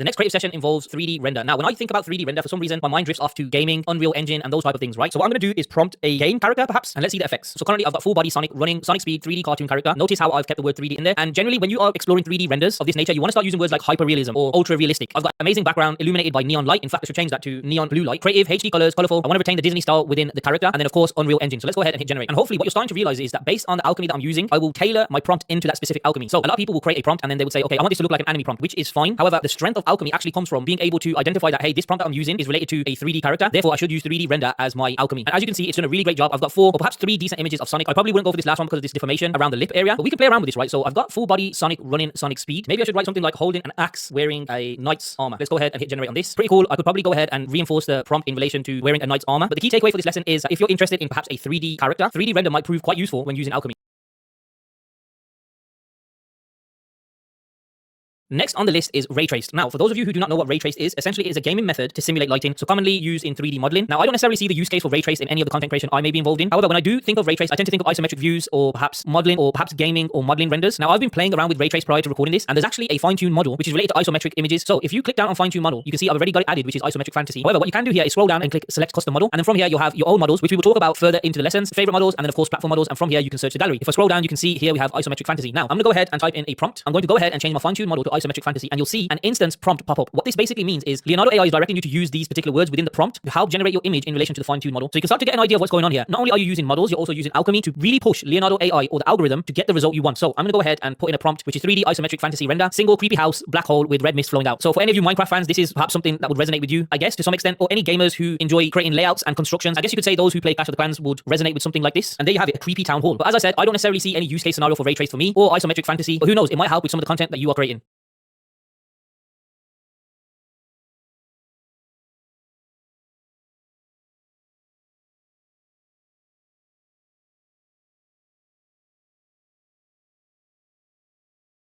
Hopefully by now you are starting to see a reoccurring theme, which is when you use the potion, the alchemy, whatever you want to call it, the particular style that you choose to obtain the maximum results, realistically you should have it related to your prompt. So moving away from retraced, we can go on to photography. Now in my mind this is pretty clear. You can have photography that relates to portraits, you can have photography that relates to still shots of objects, so product photography, and these are the kind of realms you want to stay in. So if I go ahead and pop in a prompt, I'm going to go with a cozy coffee table arrangement with a smartphone lying on a rustic wood table accompanied by a cup of coffee, notepad filled with sketches, and a potted plant, soft natural lighting coming in through a nearby window. So this gives you the concept of perhaps a still shot of a table with all sorts of bits and bobs lying around. If I hit generate, we should get a very clear-cut photography style of image, and that's worked wonderfully, right? In particular, the second and third image, they've done exactly what I was looking for. What I'd like to try and do is dial this back completely, and let's just see how powerful the alchemy is in relation to a very simple prompt. The prompt I'm going to be using is billionaire male wearing a suit 30mm. So now I'm specifying the lens that I want, and this should allow for Leonardo to tap into the photography alchemy and generate something that we could use. Let's have a look. That's worked perfectly, right? Although there are elements within this image that gives off a creative or artistic flair, especially on this first and second image. We could perhaps get away with the fourth image being a photograph, but this is most likely due to the model. And the model I'm going to go ahead and select is SDXL.9. I have found that this is an amazing model when it comes to photography. So if I go ahead and click this and hit generate with this model can only be used with Prompt Magic version 2. And funnily enough, you actually can't use alchemy on this model, and that is just because it's currently under development. Once they move the model out of beta trials, you will start to see alchemy being allowed or applied to this model. And since we're exploring photography, let's just go ahead and hit generate. I've got the SDXL.9 model on in the Leonardo style with the exact same prompt we used previously. And because we're not using alchemy, I'm going to go ahead and extend the prompt. And feel free to use this prompt, especially if you're looking for something that is within the photography niche, which is analog film, color film, Kodachrome, soft lighting, low contrast, backlit, light bloom, lens flare, exposed for the shadows, portrait photography, ISO 400, film grain, vignette, depth of field, bokeh, and Fujifilm. Now you can start to see that these prompts are specific for anybody who understands photography. If I go ahead and hit generate using SDXL.9 model, this should give me a very decent photography styled image. Let's also hit Leonardo style and hit generate so we can have a look at the difference. And there we have it. We probably would need to go down the route of adding some negative prompts such as long face or long chin, something along those lines. But believe it or not, from this creative session, I would actually use this particular image here for my photography. And I guess I would download it and perhaps go back into Midjourney face swap bot and include the face that I actually wanted to make it into a photorealistic image. These next few creative sessions should be relatively quick because our understanding of them can either be very direct or very generalized. Now, the next potion we're going to choose is illustration. And illustration is very direct. I think we can kind of gather what illustration means. However, what I tend to use illustration for is backgrounds. And this relates to a lesson on tiling, which I will discuss as you move further throughout the lessons. So I'm going to go ahead and enter my prompt, which is seamless patterns, repeating patterns, fabric art, flat illustration, 2D vector, art station, etc. Now, the key point I want to make here is after hitting generate, I prefer to use illustration for backgrounds. However, you can use illustration for replicating particular artist themes. So for example, Van Gogh or David Carlston or any type of artist you may want to mimic. It's very important that I show you this particular style as it relates heavily to a lesson further down the line. Now, with that being said, there's actually a model that relates to illustration. And I hope you lot have noticed throughout these creative sessions, it's a combination of the alchemy with the model and the prompt that will give you the desired effect. So if I go ahead and hit fine tune model, on my drop down menu, I've got illustration version 2. So if I click this, and even though I've got instant prompt, I'm quite happy with the prompt I'm using. So I'm going to hit generate. And in all honesty, I'm actually expecting a fairly similar result. I was quite happy with the results further down. And there we have it. We can see a slight variation or slight difference. However, the execution is fairly similar. And that, of course, is one way of using the illustration alchemy. You could go ahead and perhaps put something as simple as waves in the style of Van Gogh and hit enter. And what the fine tune model plus the alchemy in terms of illustration allows us to do is mimic a artistic illustrative style very well. And there we have it, 4 images relating to the style of Van Gogh. So if you have a artistic flair or perhaps art and illustration is the route you want to take your particular AI creation, make sure you use the fine tune model with the AI alchemy illustration selected to help reinforce the style that you might be going after.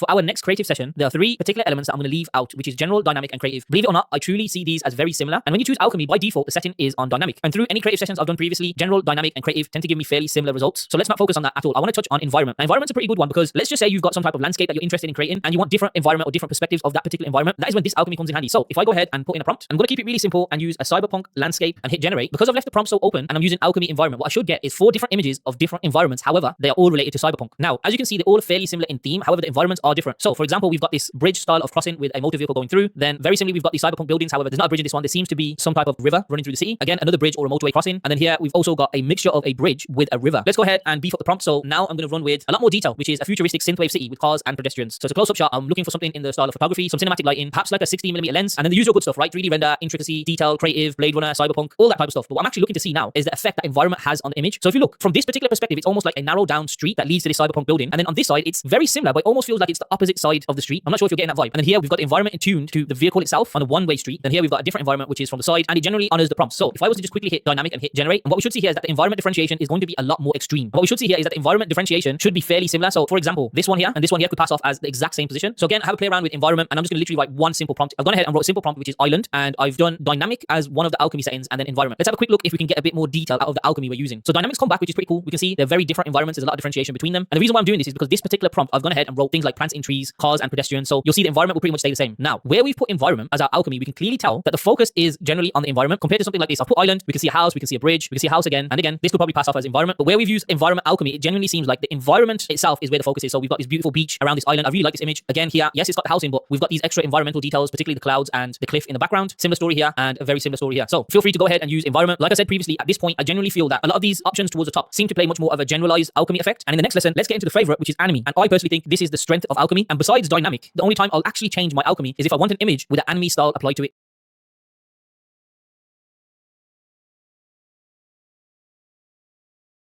This should be a relatively simple creative session because the anime alchemy literally does what it says on the can. Compared to most of the alchemy sessions that we have done previously, the anime one works absolutely brilliantly, and it's worth noting that the whole concept of alchemy came around with the anime setting. So we can go ahead and lean into the alchemy settings and type something like Naruto as our prompt. And whilst we're getting our images back, one thing I want to say about Leonardo AI, the fact that you don't necessarily need to use a mass amount of prompting is amazing. So we've got back our 4 images which are related to anime, Naruto being the focal point. And to be perfectly honest with you, this is a very simple concept. But what I actually want to show you is that if I was to type something like Viking warrior and keep the alchemy setting as anime, we can then start to see the power of alchemy in this specific setting. What I tend to find is when I play around with alchemy with different settings, I still have to go through the length of prompting things like the environment, the dynamic position that I want, X, Y, and Z. Whereas with the anime settings on, regardless of what prompt I put in, I really get an anime style of image, and it's very similar to the Niji mode in Midjourney. They both do a really good job. And again, if I start adding more character into the prompt, we'll go ahead and use Goku. Again, still leaning into anime to get an even greater prompt adherence. Can always help. But the takeaway for this particular creative session is that out of all the alchemy we've currently explored, anime is the one alchemy that you don't necessarily need to lean into the prompts themselves. It can genuinely be anything that you're thinking of, and you may genuinely want to turn it into an anime AI art.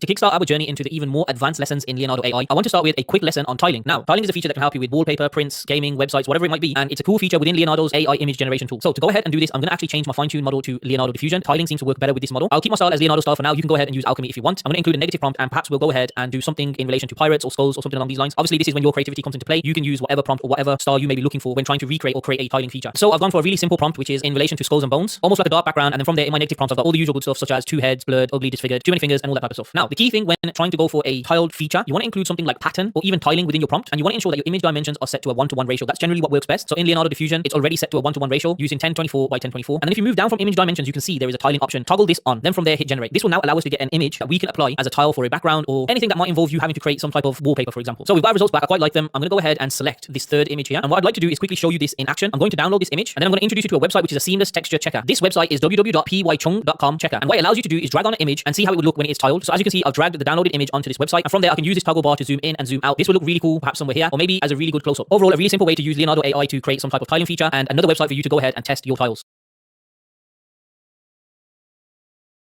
This lesson and the next few lessons will be a lot more advanced and perhaps longer because we now are moving into concepts that I want to keep entirely together. In this particular lesson, we want to look at image to image and image prompting. So fine tune your attention spans and let's get straight into it. So currently you can see on the screen a prompt that I've used to generate a samurai in an anime or cartoon style. I don't want you to get caught up on the actual prompt. What I want to do is show you how image to image can help adhere a particular theme. So at this moment, I've gone ahead and downloaded this particular image here. And what I'll need to do is switch prompt magic and alchemy off. So if I was to scroll down to the bottom of the left-hand toolbar, you'll see that image to image and image prompt is not currently available. If I switch prompt magic off and alchemy, I now have the option to upload an image or go into image prompting. So where image to image is concerned, I can go ahead and drag and drop the image itself or click on this this particular icon and upload the image. Currently, Leonardo only accepts PNG or JPEG files. And what I've gone ahead and done is upload the image that we've created previously. And from here, I'm just going to adjust the image dimensions to ensure that they are compatible with Dreamshaper version 7. But what I want you to notice is when you've uploaded an image, you're greeted by this init strength. And what this basically does is allow you to preserve the image itself. Now, there's some understanding that you need to have here. Image to image prompts generates an image based on the image you've uploaded. Now, for some of you, you might think this is what an image prompt does, but it doesn't. In fact, an image prompt takes the style of an image and allows you to completely adapt it. What we're trying to do here is maintain the image itself. So we've got our image, and what I'm going to go ahead and do is pull this slider all the way to the top. And what this should allow us to do is get an image generated which is exactly or as close as possible as the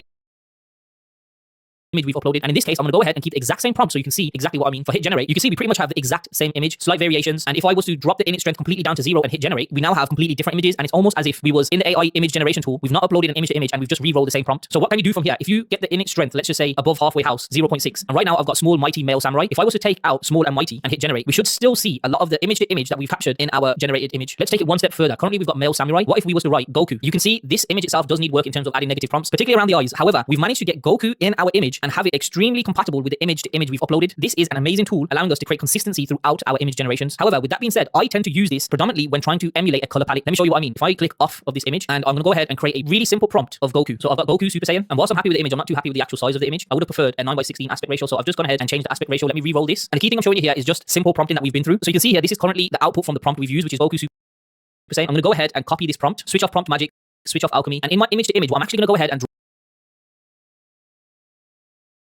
is a color palette. So you can see here in my image to image, what I've actually uploaded is a different set of colors merged together. I call that a color palette. And what I'm going to do is just reduce the init strength to ensure that it doesn't completely overpower the prompt that I'm using. So I've put it all the way down to 0.1 because what I want the AI or Leonardo to do is just integrate some of this color into our prompt. So we've got Goku Super Saiyan. I'm going to go ahead and hit generate. From here, we should see Goku. However, it should incorporate the color palette that I've used. And there you go. We could probably do with some negative prompts and some fine tuning, most definitely. It looks super deformed. However, I want you to take notice of the colors that we're starting to see. We've got a strong element of pink towards the left bottom side, blue, and then the yellow and red. If I just quickly zoom in on the image to image, you can see it's adhered to the same color palette. Let's go ahead and add some negative prompts in. Once again, I keep my usual prompts, hit generate, and we should get something even better. There we go. This image in particular, we can see that our image to image color palette has been integrated into the image itself. And that's a really cool way of using image to image. And then also what this function allows us to do is insert image prompts. So if I go ahead and click on image prompt, I can upload an image, and let's revert back to our initial samurai image, which we've got here. And then we are presented with two particular options. We've got image weight and prompt magic strength. So image weight, the more weight we put on the image, the more our re-rolled or new prompt will be related to the image that we've uploaded. And again, I want you to keep in mind, this is about the style of the image and not necessarily the image itself. And then we have prompt magic strength. And I want you to think of these two scales as the image versus the prompt you put in. So if I increase the prompt all the way to 0.8 and I decrease the image weight to 0.3, we'll keep the exact same prompt we used previously, hit generate, and then I'm going to flip it around the other way where image weight is full and prompt magic strength is at the bottom or next to 0 and hit generate. We've got our first re-roll back, which as you can see doesn't necessarily have any relation to the image or the style of image we've uploaded. Whereas the second one, you could say it does have some relationship to the image. However, this type of imbalance between the two bars doesn't yield great results. What you want to do is try and find a halfway house between the two, as I always say, and then from there we can go ahead and hit generate. And in fact, I might increase the image weight even more to 0.8. I'll hit generate, and let's talk about this image here in particular. So you can start to see we've got a fine-tuned blend of Goku, but we're also starting to see that it's adhering to the image we've uploaded. So a really cool way to blend in a particular style from an image we like and use different prompts. Again, we're starting to see a very similar artistic effect here. Now to take it even one step further, I can go ahead and upload another image. And in this case, I'm going to go ahead and upload my color palette using the same image weight and the prompt magic strength because I think that works generally good for the lesson I'm trying to convey. I'm going to hit generate. And what we should start to see here is our prompt and our two images combined together to give us a particular style and effect. So here we go. We've got our style, which relates heavily to the initial small but mighty samurai. We've got Goku in the image. And then at the same time, we've also got color palette adherence. So we've got blue in the background, some of the pink and the yellow and reds coming out. And there you have it. The image to image and image prompt feature within Leonardo AI.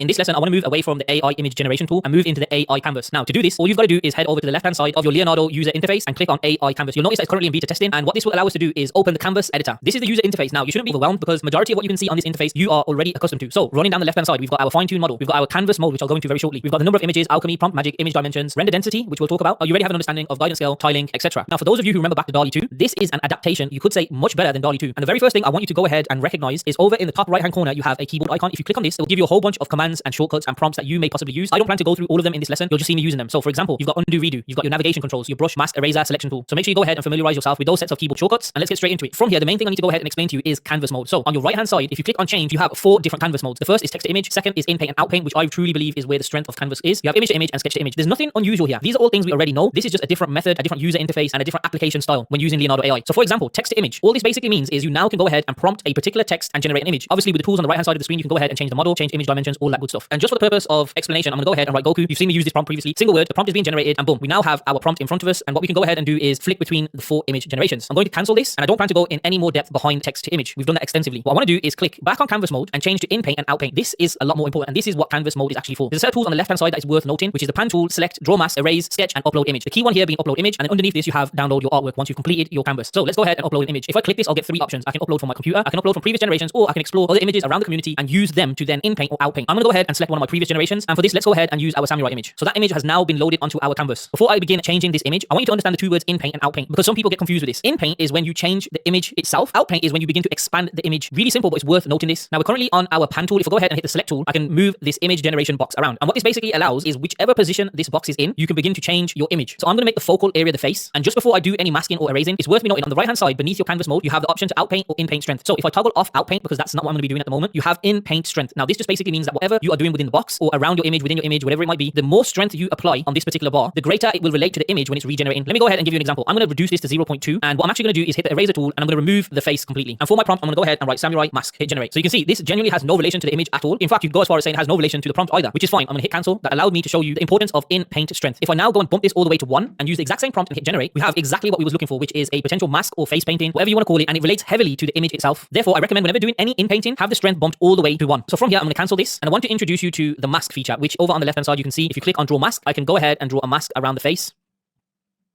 And let's increase the prompt to samurai, scary, mask, and click generate. This has now given me some really great options, but for most of you, you may be asking, well, what's the difference between erasing and masking? If I accept this, I can move the image generation box out the way, and what the mask feature allows me to do is the image that we've generated, I can drag and move out the way and have the original face showing. Over in the left-hand side, there's an undo button, so I'm going to go ahead and click this, and I'll get rid of the mask, and this time I'll use the erase. And for you, you should take a lot more time compared to what I'm currently doing. Make sure you readjust the brush, which you can do over in the top of the screen by simply dragging this slider, and you can also change your sketches, your masks, etc. there. Let's hit generate. And there we go. In a similar manner of how we used erase, we also get an output. But if I accept this and now drag this image off, you'll notice that the face itself has been erased. Therefore, when I tend to do in painting, I do tend to do masking. That way I don't ruin the image underneath, just in case. Go ahead and undo this. I want to just quickly put a mask back in. In fact, let me undo that. I'd prefer if the mask was just on the jawline, somewhere around there. Click generate. Towards the top right hand side, I can click the plus or minus to zoom in and out of my canvas. I've just zoomed out. And whilst these images seem to work, I actually don't want the nose in there. So I'm gonna hit cancel again and maybe decrease my mask and really get underneath the eye area. Hit generate. And if this time it doesn't do a good job, I might just mask off the whole face and get a complete cover. No, that's exactly what I wanted. There we go. I'll hit accept. So we now have my samurai with a mask around the lower end of his face. And for me personally, that is the power of in painting. So let's now move over to out painting. To do this, I'm gonna keep my canvas mode exactly where it is, and I'm gonna toggle on out paint. From here, I can readjust the box that I use to create my images. So currently it's set at a 5x12. If I go ahead and set it at something like a 10x24, maybe increase it even more, just so I get a very similar size to the image. Okay, I'm slightly off, but oh well. So for some people, they may create a completely new prompt and create an image side by side. That's not necessarily how I use out painting. I tend to just expand out the image, and to do that, you want to make sure that the image generation box tool, whatever you want to call it, is covering some of the image itself. And I tend to leave my prompt extremely simple and put something like background and hit generate. The great thing about AI, the great thing about Leonardo, or the great thing about any AI system that offers a canvas, you don't necessarily need to do much prompting, because the image generation is overlaying. You get amazing results. As you can see, really good. I'll go with the first one here, and then I'll drag this over to this side, and let's hit generate again. And you can see now I'm really starting to expand out the image, and we're starting to get this really beautiful composition of almost art-like drawing with this blended background. Let's reduce the box square, or perhaps increase it. We could go somewhere halfway house here. Again, hit generate. And keep in mind, G's, I've still got my prompt set as background. I've got nothing more, nothing extra. And you'll see that the AI does a fantastic job in actually filling out the missing area. So we didn't prompt hand, we didn't prompt anything along those lines. For some reason, it's reverted back to 2 images. I'm gonna cancel that, hit 4, hit generate. I always like to keep my image variations to 4. That way I have a bit of wiggle room when creating my out painting, and I don't actually like none of them. Let's hit generate again. And it might be a case of I actually need to extend the box out and capture more of the image, just so Leonardo can process more of what the desired result I'm after is. Yep, that looks like it's gonna be the case. So I'm gonna hit cancel, and I might go with a fairly decent sized box, put it all the way up. All I'm trying to do here is get a square box, which you don't necessarily need to do. You've got to understand, once you download the artwork, majority of the times you want to take it over to Photoshop and start doing your tweaks. So I would go down the route of perhaps blurring this edge, even though it is starting to give a fairly good effect. Now we can see we've got much better results.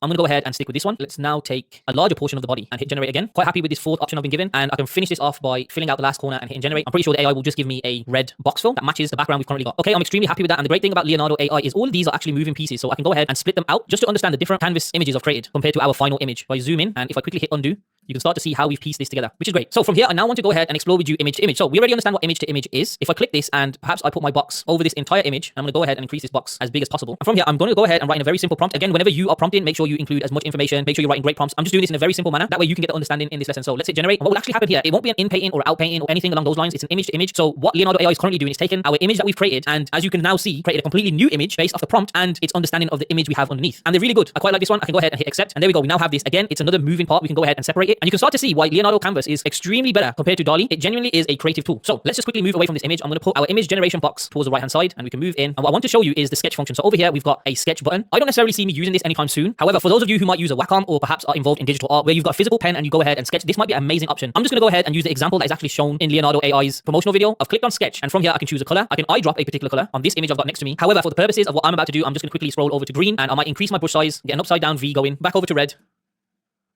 and create an absolutely beautiful drawing with my mouse of a cherry. And in my prompt, I can go ahead and type cherry, hit generate. And what Leonardo AI will do is use the fine-tuned model that we've selected, in this case Dreamshaper version 7, and give us some type of image that is constrained or sticks to the rules of whatever sketch we've created. Let's go ahead and accept that. So now we have a samurai and a cherry. And then for our final canvas mode, we have sketch the image. So I've selected sketch the image, and I'm gonna go back over to our samurai image. And what we can do from here is sketch particular things within our image. So I've got my image generation box over our samurai image. I'm gonna click on the sketch tool. From here, I'm gonna change the color to black, let's just say. And let me just quickly click undo. I want the brush to be slightly thinner, smaller. And I'm gonna paint in some extra hair. Not sure if this is gonna be a good look, but let's give it a try. I've literally just prompted hair, hit generate, and honestly I don't necessarily think it'll do a great job, and this is where Leonardo AI will categorize the canvas mode as currently in beta trials, which is fine. Depending on the time of you watching this video, it may be completely different. However, with that being said, it's done an absolutely fantastic job. Not entirely sure about the hairstyle we've selected or I've drawn, but you can see here that with the sketch function we can literally go ahead and draw particular features onto our image, and then from there generate AI using the fine-tuned model. That is the lesson on AI canvas. It's very fluid and very much for those who want to get into their creative zone when using Leonardo AI. Welcome to the start of the section of the newest features and updates in Leonardo AI. First, let's just get a quick rundown of updates to the user interface and some of the new features in image generation. So here on the homepage, everything is pretty much the exact same as you should be familiar with, except at the top, instead of displaying a list of the models, we have some of the different new and popular features inside of Leonardo. We have image generation, which we're all familiar with. Then we have real-time canvas, which allows you to turn sketches into AI art in real time. Then we have the canvas editor, which is the same as Pope explained in the previous lesson. Then we have Leonardo's new motion feature. You can see these are all reflected on the left side of the screen under user tools as well. While you can't see the models up at the top anymore, you can still come to the left here under fine-tune models. And here is the same user interface to find the models. We have platform models, community models, models that we've trained, and the models that we favorited. So here, the user interface for image generation is fairly the same. There are just a couple differences. On the left, we still have the option to set the number of images that we want per generation. Then we have a new option for photo real. If you come to this little question mark, Leonardo tells you that photo real is their latest innovation, and it is designed to generate hyper-realistic photos and lifelike portraits, and it does require alchemy to work. Then we have our alchemy knob, and if you enable it, you have this little box here where you can adjust the alchemy settings. If you click on the box, you have the different parameters that you can control, such as contrast boost, high resolution. Then we have resonance, prompt magic, which at this point we are up to the V3 beta, meaning that this model is still being developed and will get better as time goes on. Then we have the prompt magic strength, and then raw mode. And you can see if you turn alchemy off, we now have the prompt magic knob here. If we only want to use prompt magic, when you turn it on, prompt magic does disappear. Here we have the toggle for public images. If we enable this, then our images that we generate will be able to be seen by the community. Same as before, we have our image dimensions. Here you can control the aspect ratio. We have our guidance scale. A big change has been the moving of the location of the image guidance. As you can see, Leonardo tells you that it has been moved to its own tab here in between generation history and prompt generation. Then below we have our advanced settings. If we enable recommended sizes, this will automatically set the resolution for any model that we have enabled based off its recommendations, and the option for fixed seed. In the next lesson, we'll hop into generating a couple of images and showing off some of the new features that we have for image generation.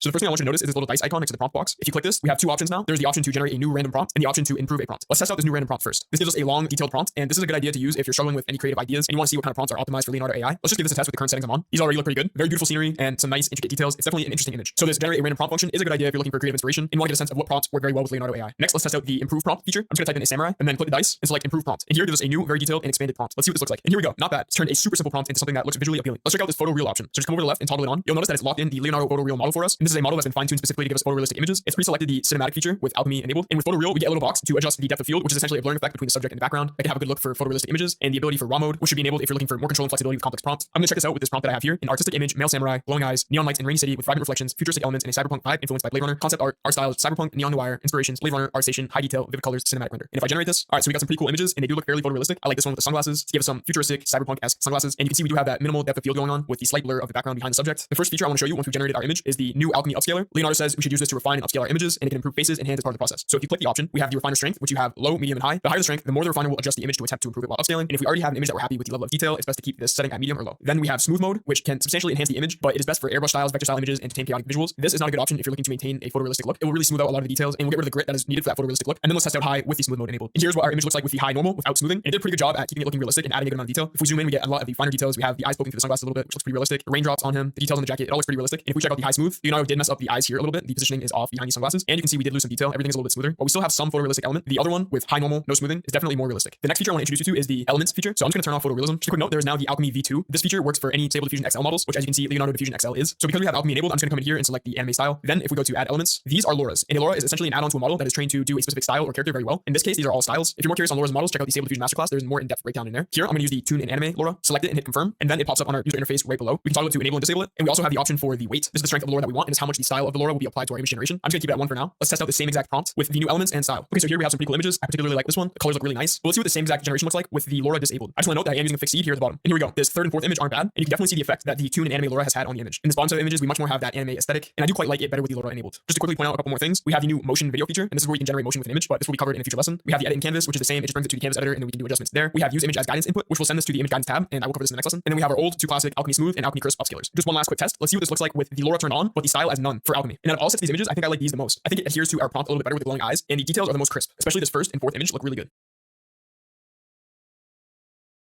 In this lesson, I'll show you the new and improved image guidance feature inside of Leonardo AI with its added support for control nets. So this is what the image guidance looks like. We have 4 input images that we can use if you have a premium subscription. If you're still a free user, you can use one of these at a time. Control nets are models that have been trained to greatly increase the control that we have over our image generations. You can use multiple input images and take certain aspects from those images to influence our new image generation. We deep dive on control nets in the Stable Diffusion Masterclass, more exactly what they do and what they are. I recommend you go and check those lessons out. So I'm going to select my first input image. I'm going to go select from recent images, and I already have the ones here that I have set up. I'm going to use this image of Tate smoking a hookah, and under the type is where you can select the different options. So we have image to image, which you should be familiar with from a previous lesson by Pope, and then control nets, which is depth to image, edge to image, line art, normal map, pattern to image, pose to image, QR code to image, sketch to image, text to image input. And like I said, these do get covered more in depth in the Stable Diffusion Masterclass, but here I'll just provide a general guide so you can understand what these are doing in your image generation. So first, I want to test out line art. What the line art control net does is it takes an input image and converts it into line art. The new image then follows the lines that are outlined in the control net image to reproduce a new image. Here is what the line art control net image would look like. As you can see, it extracts a line from an image, and then the new image will follow those lines. So here is the strength of the control net. This is how closely you want your new image generation to follow the control net image. I'm going to keep it at around 1 for line art. Let's queue this up and see what it looks like. While that's generating, I'll just quickly explain my settings. As you can see, here's the resolution I'm using. I'm using a guidance scale of 7. I have a step count of 30. And in the advanced settings, I'm using the Euler ancestral scheduler. And here are our images. They don't look bad. They have some cool elements and a nice aesthetic to them. I like the outer space kind of background. And you can see all the details of the original input image very closely. Just a quick note that I want to make. If I were to change the resolution here, you can see we get this little warning in our image input, and it says the aspect ratio does not match the dimensions of the image. Match your output aspect ratio for better results. So I highly recommend that you click this button here, and it'll automatically adjust the aspect ratio for our image. Because our model recommends 640 by 832 for our aspect ratio, I'm going to lower it to around those values, and we can just hit this button again, and it'll give us the exact aspect ratio we need with the pixels that are close to this resolution. Let's check out depth to image. This will take our input image and detect the different depths in it, and then make a new image based off of that. Let's hit generate, and while it's generating, let me show you an example of what this looks like. So here is an example of an input image, and then what the depth map control net image would look like. You can see the darker areas have more depth to them, and then the lighter areas are things that are closer to the screen. And you can see here we don't have as much of the original detail from the input image, but we have a lot more depth in the image, and that's what the depth control net has done. For the best results with these control nets, it's best to use multiple control net images. So let me set this back to line art, and then enable this next image input. I'm just going to upload the same image that I've used in the first one. Then I'm going to select depth to image, and I'm going to keep this weight a little lower, around 0.47. Then I'll queue it up. And now this is definitely the best of the past 2 generations. We get some more depth to the image and the original details from the first image, and I quite like the aesthetic of these. They don't look bad. What if we use one of Pope's tricks that he taught in the image to image lesson? I'm going to take this image of a color palette that I have here. I'm going to set the type to image with a strength of 0.3. This should create our image with this color palette influencing the output. And you can see it does this beautifully. We have our image with the line art and the depth to it, and we have our color palette, which has added a cool effect to the background. And it's done this nicely because Tate doesn't really have too much of that color palette added to him, but all of the surroundings do. I do like how this image turned out. And as always, if you like this, you can do an upscale that's been shown to you in previous lessons. Just some quick notes. If I were to change this model to a Stable Diffusion XL model, and I go back to the image guidance tab, you can see that we only have 4 options for control nets: depth to image, edge to image, pose to image, and text to image input. There is limited support for control nets with Stable Diffusion XL at the moment, so these are the only ones that are available. And similarly, if I go back to the Dream Shaper model and I enable Alchemy, we only are limited to those 5 control nets as well. This is something that you can experiment around with. You might like the images better with Alchemy and using the set control net that it gives you with that. Same thing for Stable Diffusion XL, or you may prefer the control nets that you get without using Alchemy or Stable Diffusion XL. But now that you understand how these control nets can be used and how to combine them together, I'm going to go to the Leonardo AI site and show you examples of what the rest of these control nets can do, and you can take that knowledge and experiment with it for yourself. So here is the edge to image control net. This is very similar to line art, except it extracts the edges in a bit more soft and smooth manner. So you can see we have the input image of these flowers, and in the result 1, result 2, it is the same exact set of flowers with different elements. We have different scenes, different lighting, different colors. So just use the lines that have been extracted from this first input image. Then we have sketch to image, which as you can see, we have a light sketch of a cat, and the corresponding output images follow this light sketch and create new images based off of that. And here we have the cat in the pretty much same silhouette as we do in the sketch. Then we have pose to image, which detects a pose of a certain character in the input image, and then we'll apply that pose to the output generations. You can see we have this pose of this man, and in the result 1, it's the same exact pose with different elements added to the image. In result 2, again, we have this woman with the same exact pose and a completely different scene. Then there's pattern to image, and you can see this takes a black and white input pattern and will create resulting images based off that. Here we have different landscapes that adhere to this pattern that's been input, and it has a cool effect. And I do think you can experiment with this and get some pretty cool images. Then similarly, we have the QR code control net. This will take an input QR code and then create art behind it. This will still be scannable. If you do use this control net, I recommend that you keep the strength relatively high, around 1.5, to ensure that your QR code remains scannable. And lastly, we have text image input. This takes a white background with black text, and then we'll create image generations that incorporate that text and add some really cool stylization. This can be very useful for a brand or a business, anything that you need a cover image that has your text in it. They can do this in a cool way. With these control nets, the world is your oyster. You can even take different sets of control images and then combine them together using different control nets to get really cool effects. The sky is the limit.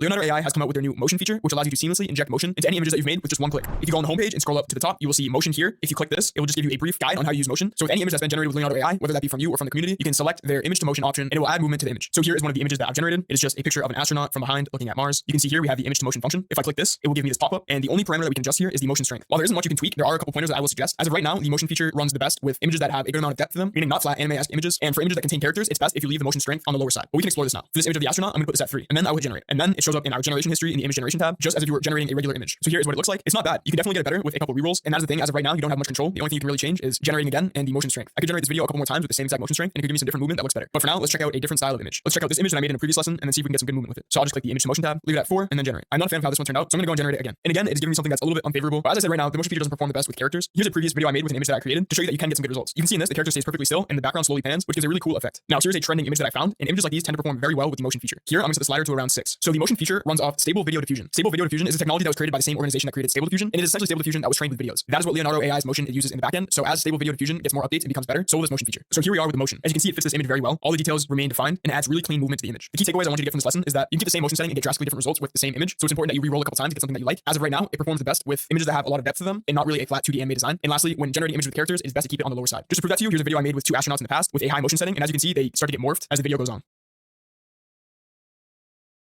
The next feature I want to show you in Leonardo is real-time gen. You can just come over to the panel on the left here and select the real-time gen option under user tools. In the backend, this feature uses some models that generate images incredibly quickly, so you can prompt and see the images change as you prompt. Right now, I don't see too much utility in this as the image quality isn't the best. It's just really cool to see the exact effect your prompt is having from the immediate response that you see. So here we have elements on the right that we can add to our prompt. Just a reminder, these are Laura's. Then we have the alchemy styles here. I'm just going to set mine to anime and bring up this tune in anime Laura a little bit. Now first, let me just start prompting a scene. I'm going to write beautiful scenery, and you can see as I'm typing, it's figuring out what the tokens are and it's generating an image. This isn't bad. You can see the resolution isn't the highest, but we do get a cool image of some beautiful scenery. Now let me start adding in some other elements. All right, cherry blossoms, and you can see immediately we get the cherry blossoms in our image, maybe Japanese garden, skyscraper, waterfall, and immediately you can see all the elements that we prompted into this image. And the image doesn't look horrible. You can see in the top we have the option to creatively upscale, which I've just selected. It will show up in our personal feed when it's done. You can also click the drop down and do normal upscale mode. I'll just click this as well. We will check those out at the end of the video when we play around with this a little bit more. Let's see if we can get some good characters. Let me write a samurai, and these images are pretty low resolution, so something I found out is that it doesn't perform the best with characters, but let's see if we can get it a little better. Detailed face, close up. This is starting to look a little bit better. Smile, and we instantly have a smile. You can write over the shoulder. Now we have him from a different perspective. Dynamic pose, and I'm going to remove smile. It looks a little weird, and you can see the immediate feedback that we're getting. And this is a great way to see the effect that your prompting has exactly on the image. This allows you to add and remove elements from your prompt and get instant feedback. We can also see what these different Lauras are doing. So if I start to drop this tune one down a little bit, you can see the effect it's had. Maybe I will bump up this kid's illustration one a bit and then add some coloring book in, and you can see using multiple elements will slow down generation times. Maybe now I change the alchemy style to cinematic, and you can see we have a completely different look. I actually quite like this. It adheres to the black and white coloring book Laura a bit more, especially if I bump it up. Let me drop down the kid's illustration. Maybe we try some folk art, and these images aren't horrible, but they're definitely not perfect. You can see we have these random swords popping out of nowhere. Let's write astronaut on the moon, and here we go. We got an astronaut standing on the moon with the moon in the background. Then if I change the style to sketch black and white, we get more of a sketchy style. Let's drop down folk art. I think this looks cool. So as of now, this is just a neat little tool to experiment around with and get a better understanding of what your prompts do. Let me quickly go back into my personal feed and see how those upscaled images came out. Yeah, so this one looks pretty good. When it's upscaled, it increases the definition and we get some much better details. Same for the Japanese scenery. This was the one that was upscaled normally, and this is the one that was upscaled creatively, which I do prefer a bit more.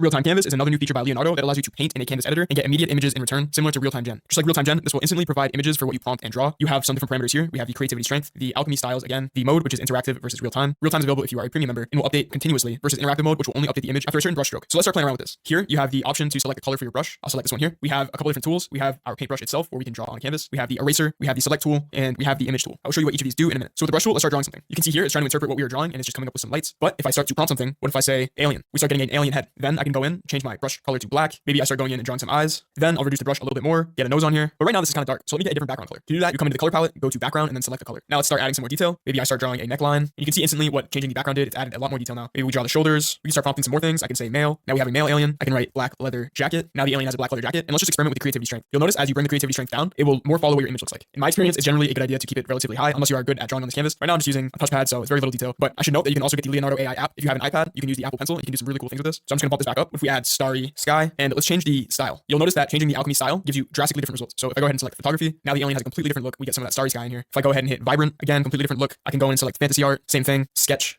ray traced, concept art. I quite like this one. I'll stick with this. Now let me start adding some sky elements in the background, see what this does. Starts giving us some more stars. You can see it's going a little bit crazy now. So let's start from scratch and see what else we can come up with. I'm just gonna click the delete button down here and it says it's gonna reset the canvas. I'm gonna accept it. Now I'm gonna upload an image. I'm gonna select this color palette, hit confirm, and you can see it shows up in our picture and we can drag it around and move wherever we want. And you can see right now I just have painting prompted and it's taken our image and converted it into a painting into our scene. Now let me change this up to photography. You can see we get a drastically different look. What if I say painting in the woods? Now we have a painting, and it's very interesting because our image is converted into a painting of the woods in our color palette, and the painting itself is in the woods. Now I can take this, I can expand it. Now we have a bit bigger of a painting. I can bump up the creativity strength a little bit. Now it's even more in detail. I quite like this. And let's see what this instant refine function does. So if I click this, it's going to immediately make this image more appealing. Now a very cool feature is you can send output to input. So now if I click this option, this image will now show up in here. And now this gets even more creative. You can see I can drop the creativity down and it looks more like this image, or I can bring it up. And if I were to take my brush, select this kind of color, go in and paint towards the top and say sky, now we have a sky up here. Now I can come in, make this a different color, maybe draw something down here and call it a bush. So it's not really picking up on the bush. Let me try choosing a different preset. Still no, I think the image might still be too detailed at this point with our output to input. So you can see that you can get very creative with this, and there is a whole host of possibilities. Let's just quickly explore the in-paint function. For this, I'm going to reset the canvas and I will select a completely new image. Let's go back to this image that we generated in the past. I'm going to bring it up a little bit. Now if I take a brush and just prompt sunglasses, I can now start to paint on some sunglasses onto the subject. And now you can see only the parts that we've painted are being changed in the image. This is a super useful function. You can do a lot with this. Now I can change this and then maybe draw some horns on our character. Now our character has sunglasses and horns. What if I instant refine? It looks even better and it's added some new elements to our image. So there's genuinely a ton of possibilities with this real-time canvas feature. As always, you could upscale your image when you're done, and you can get even cleaner results.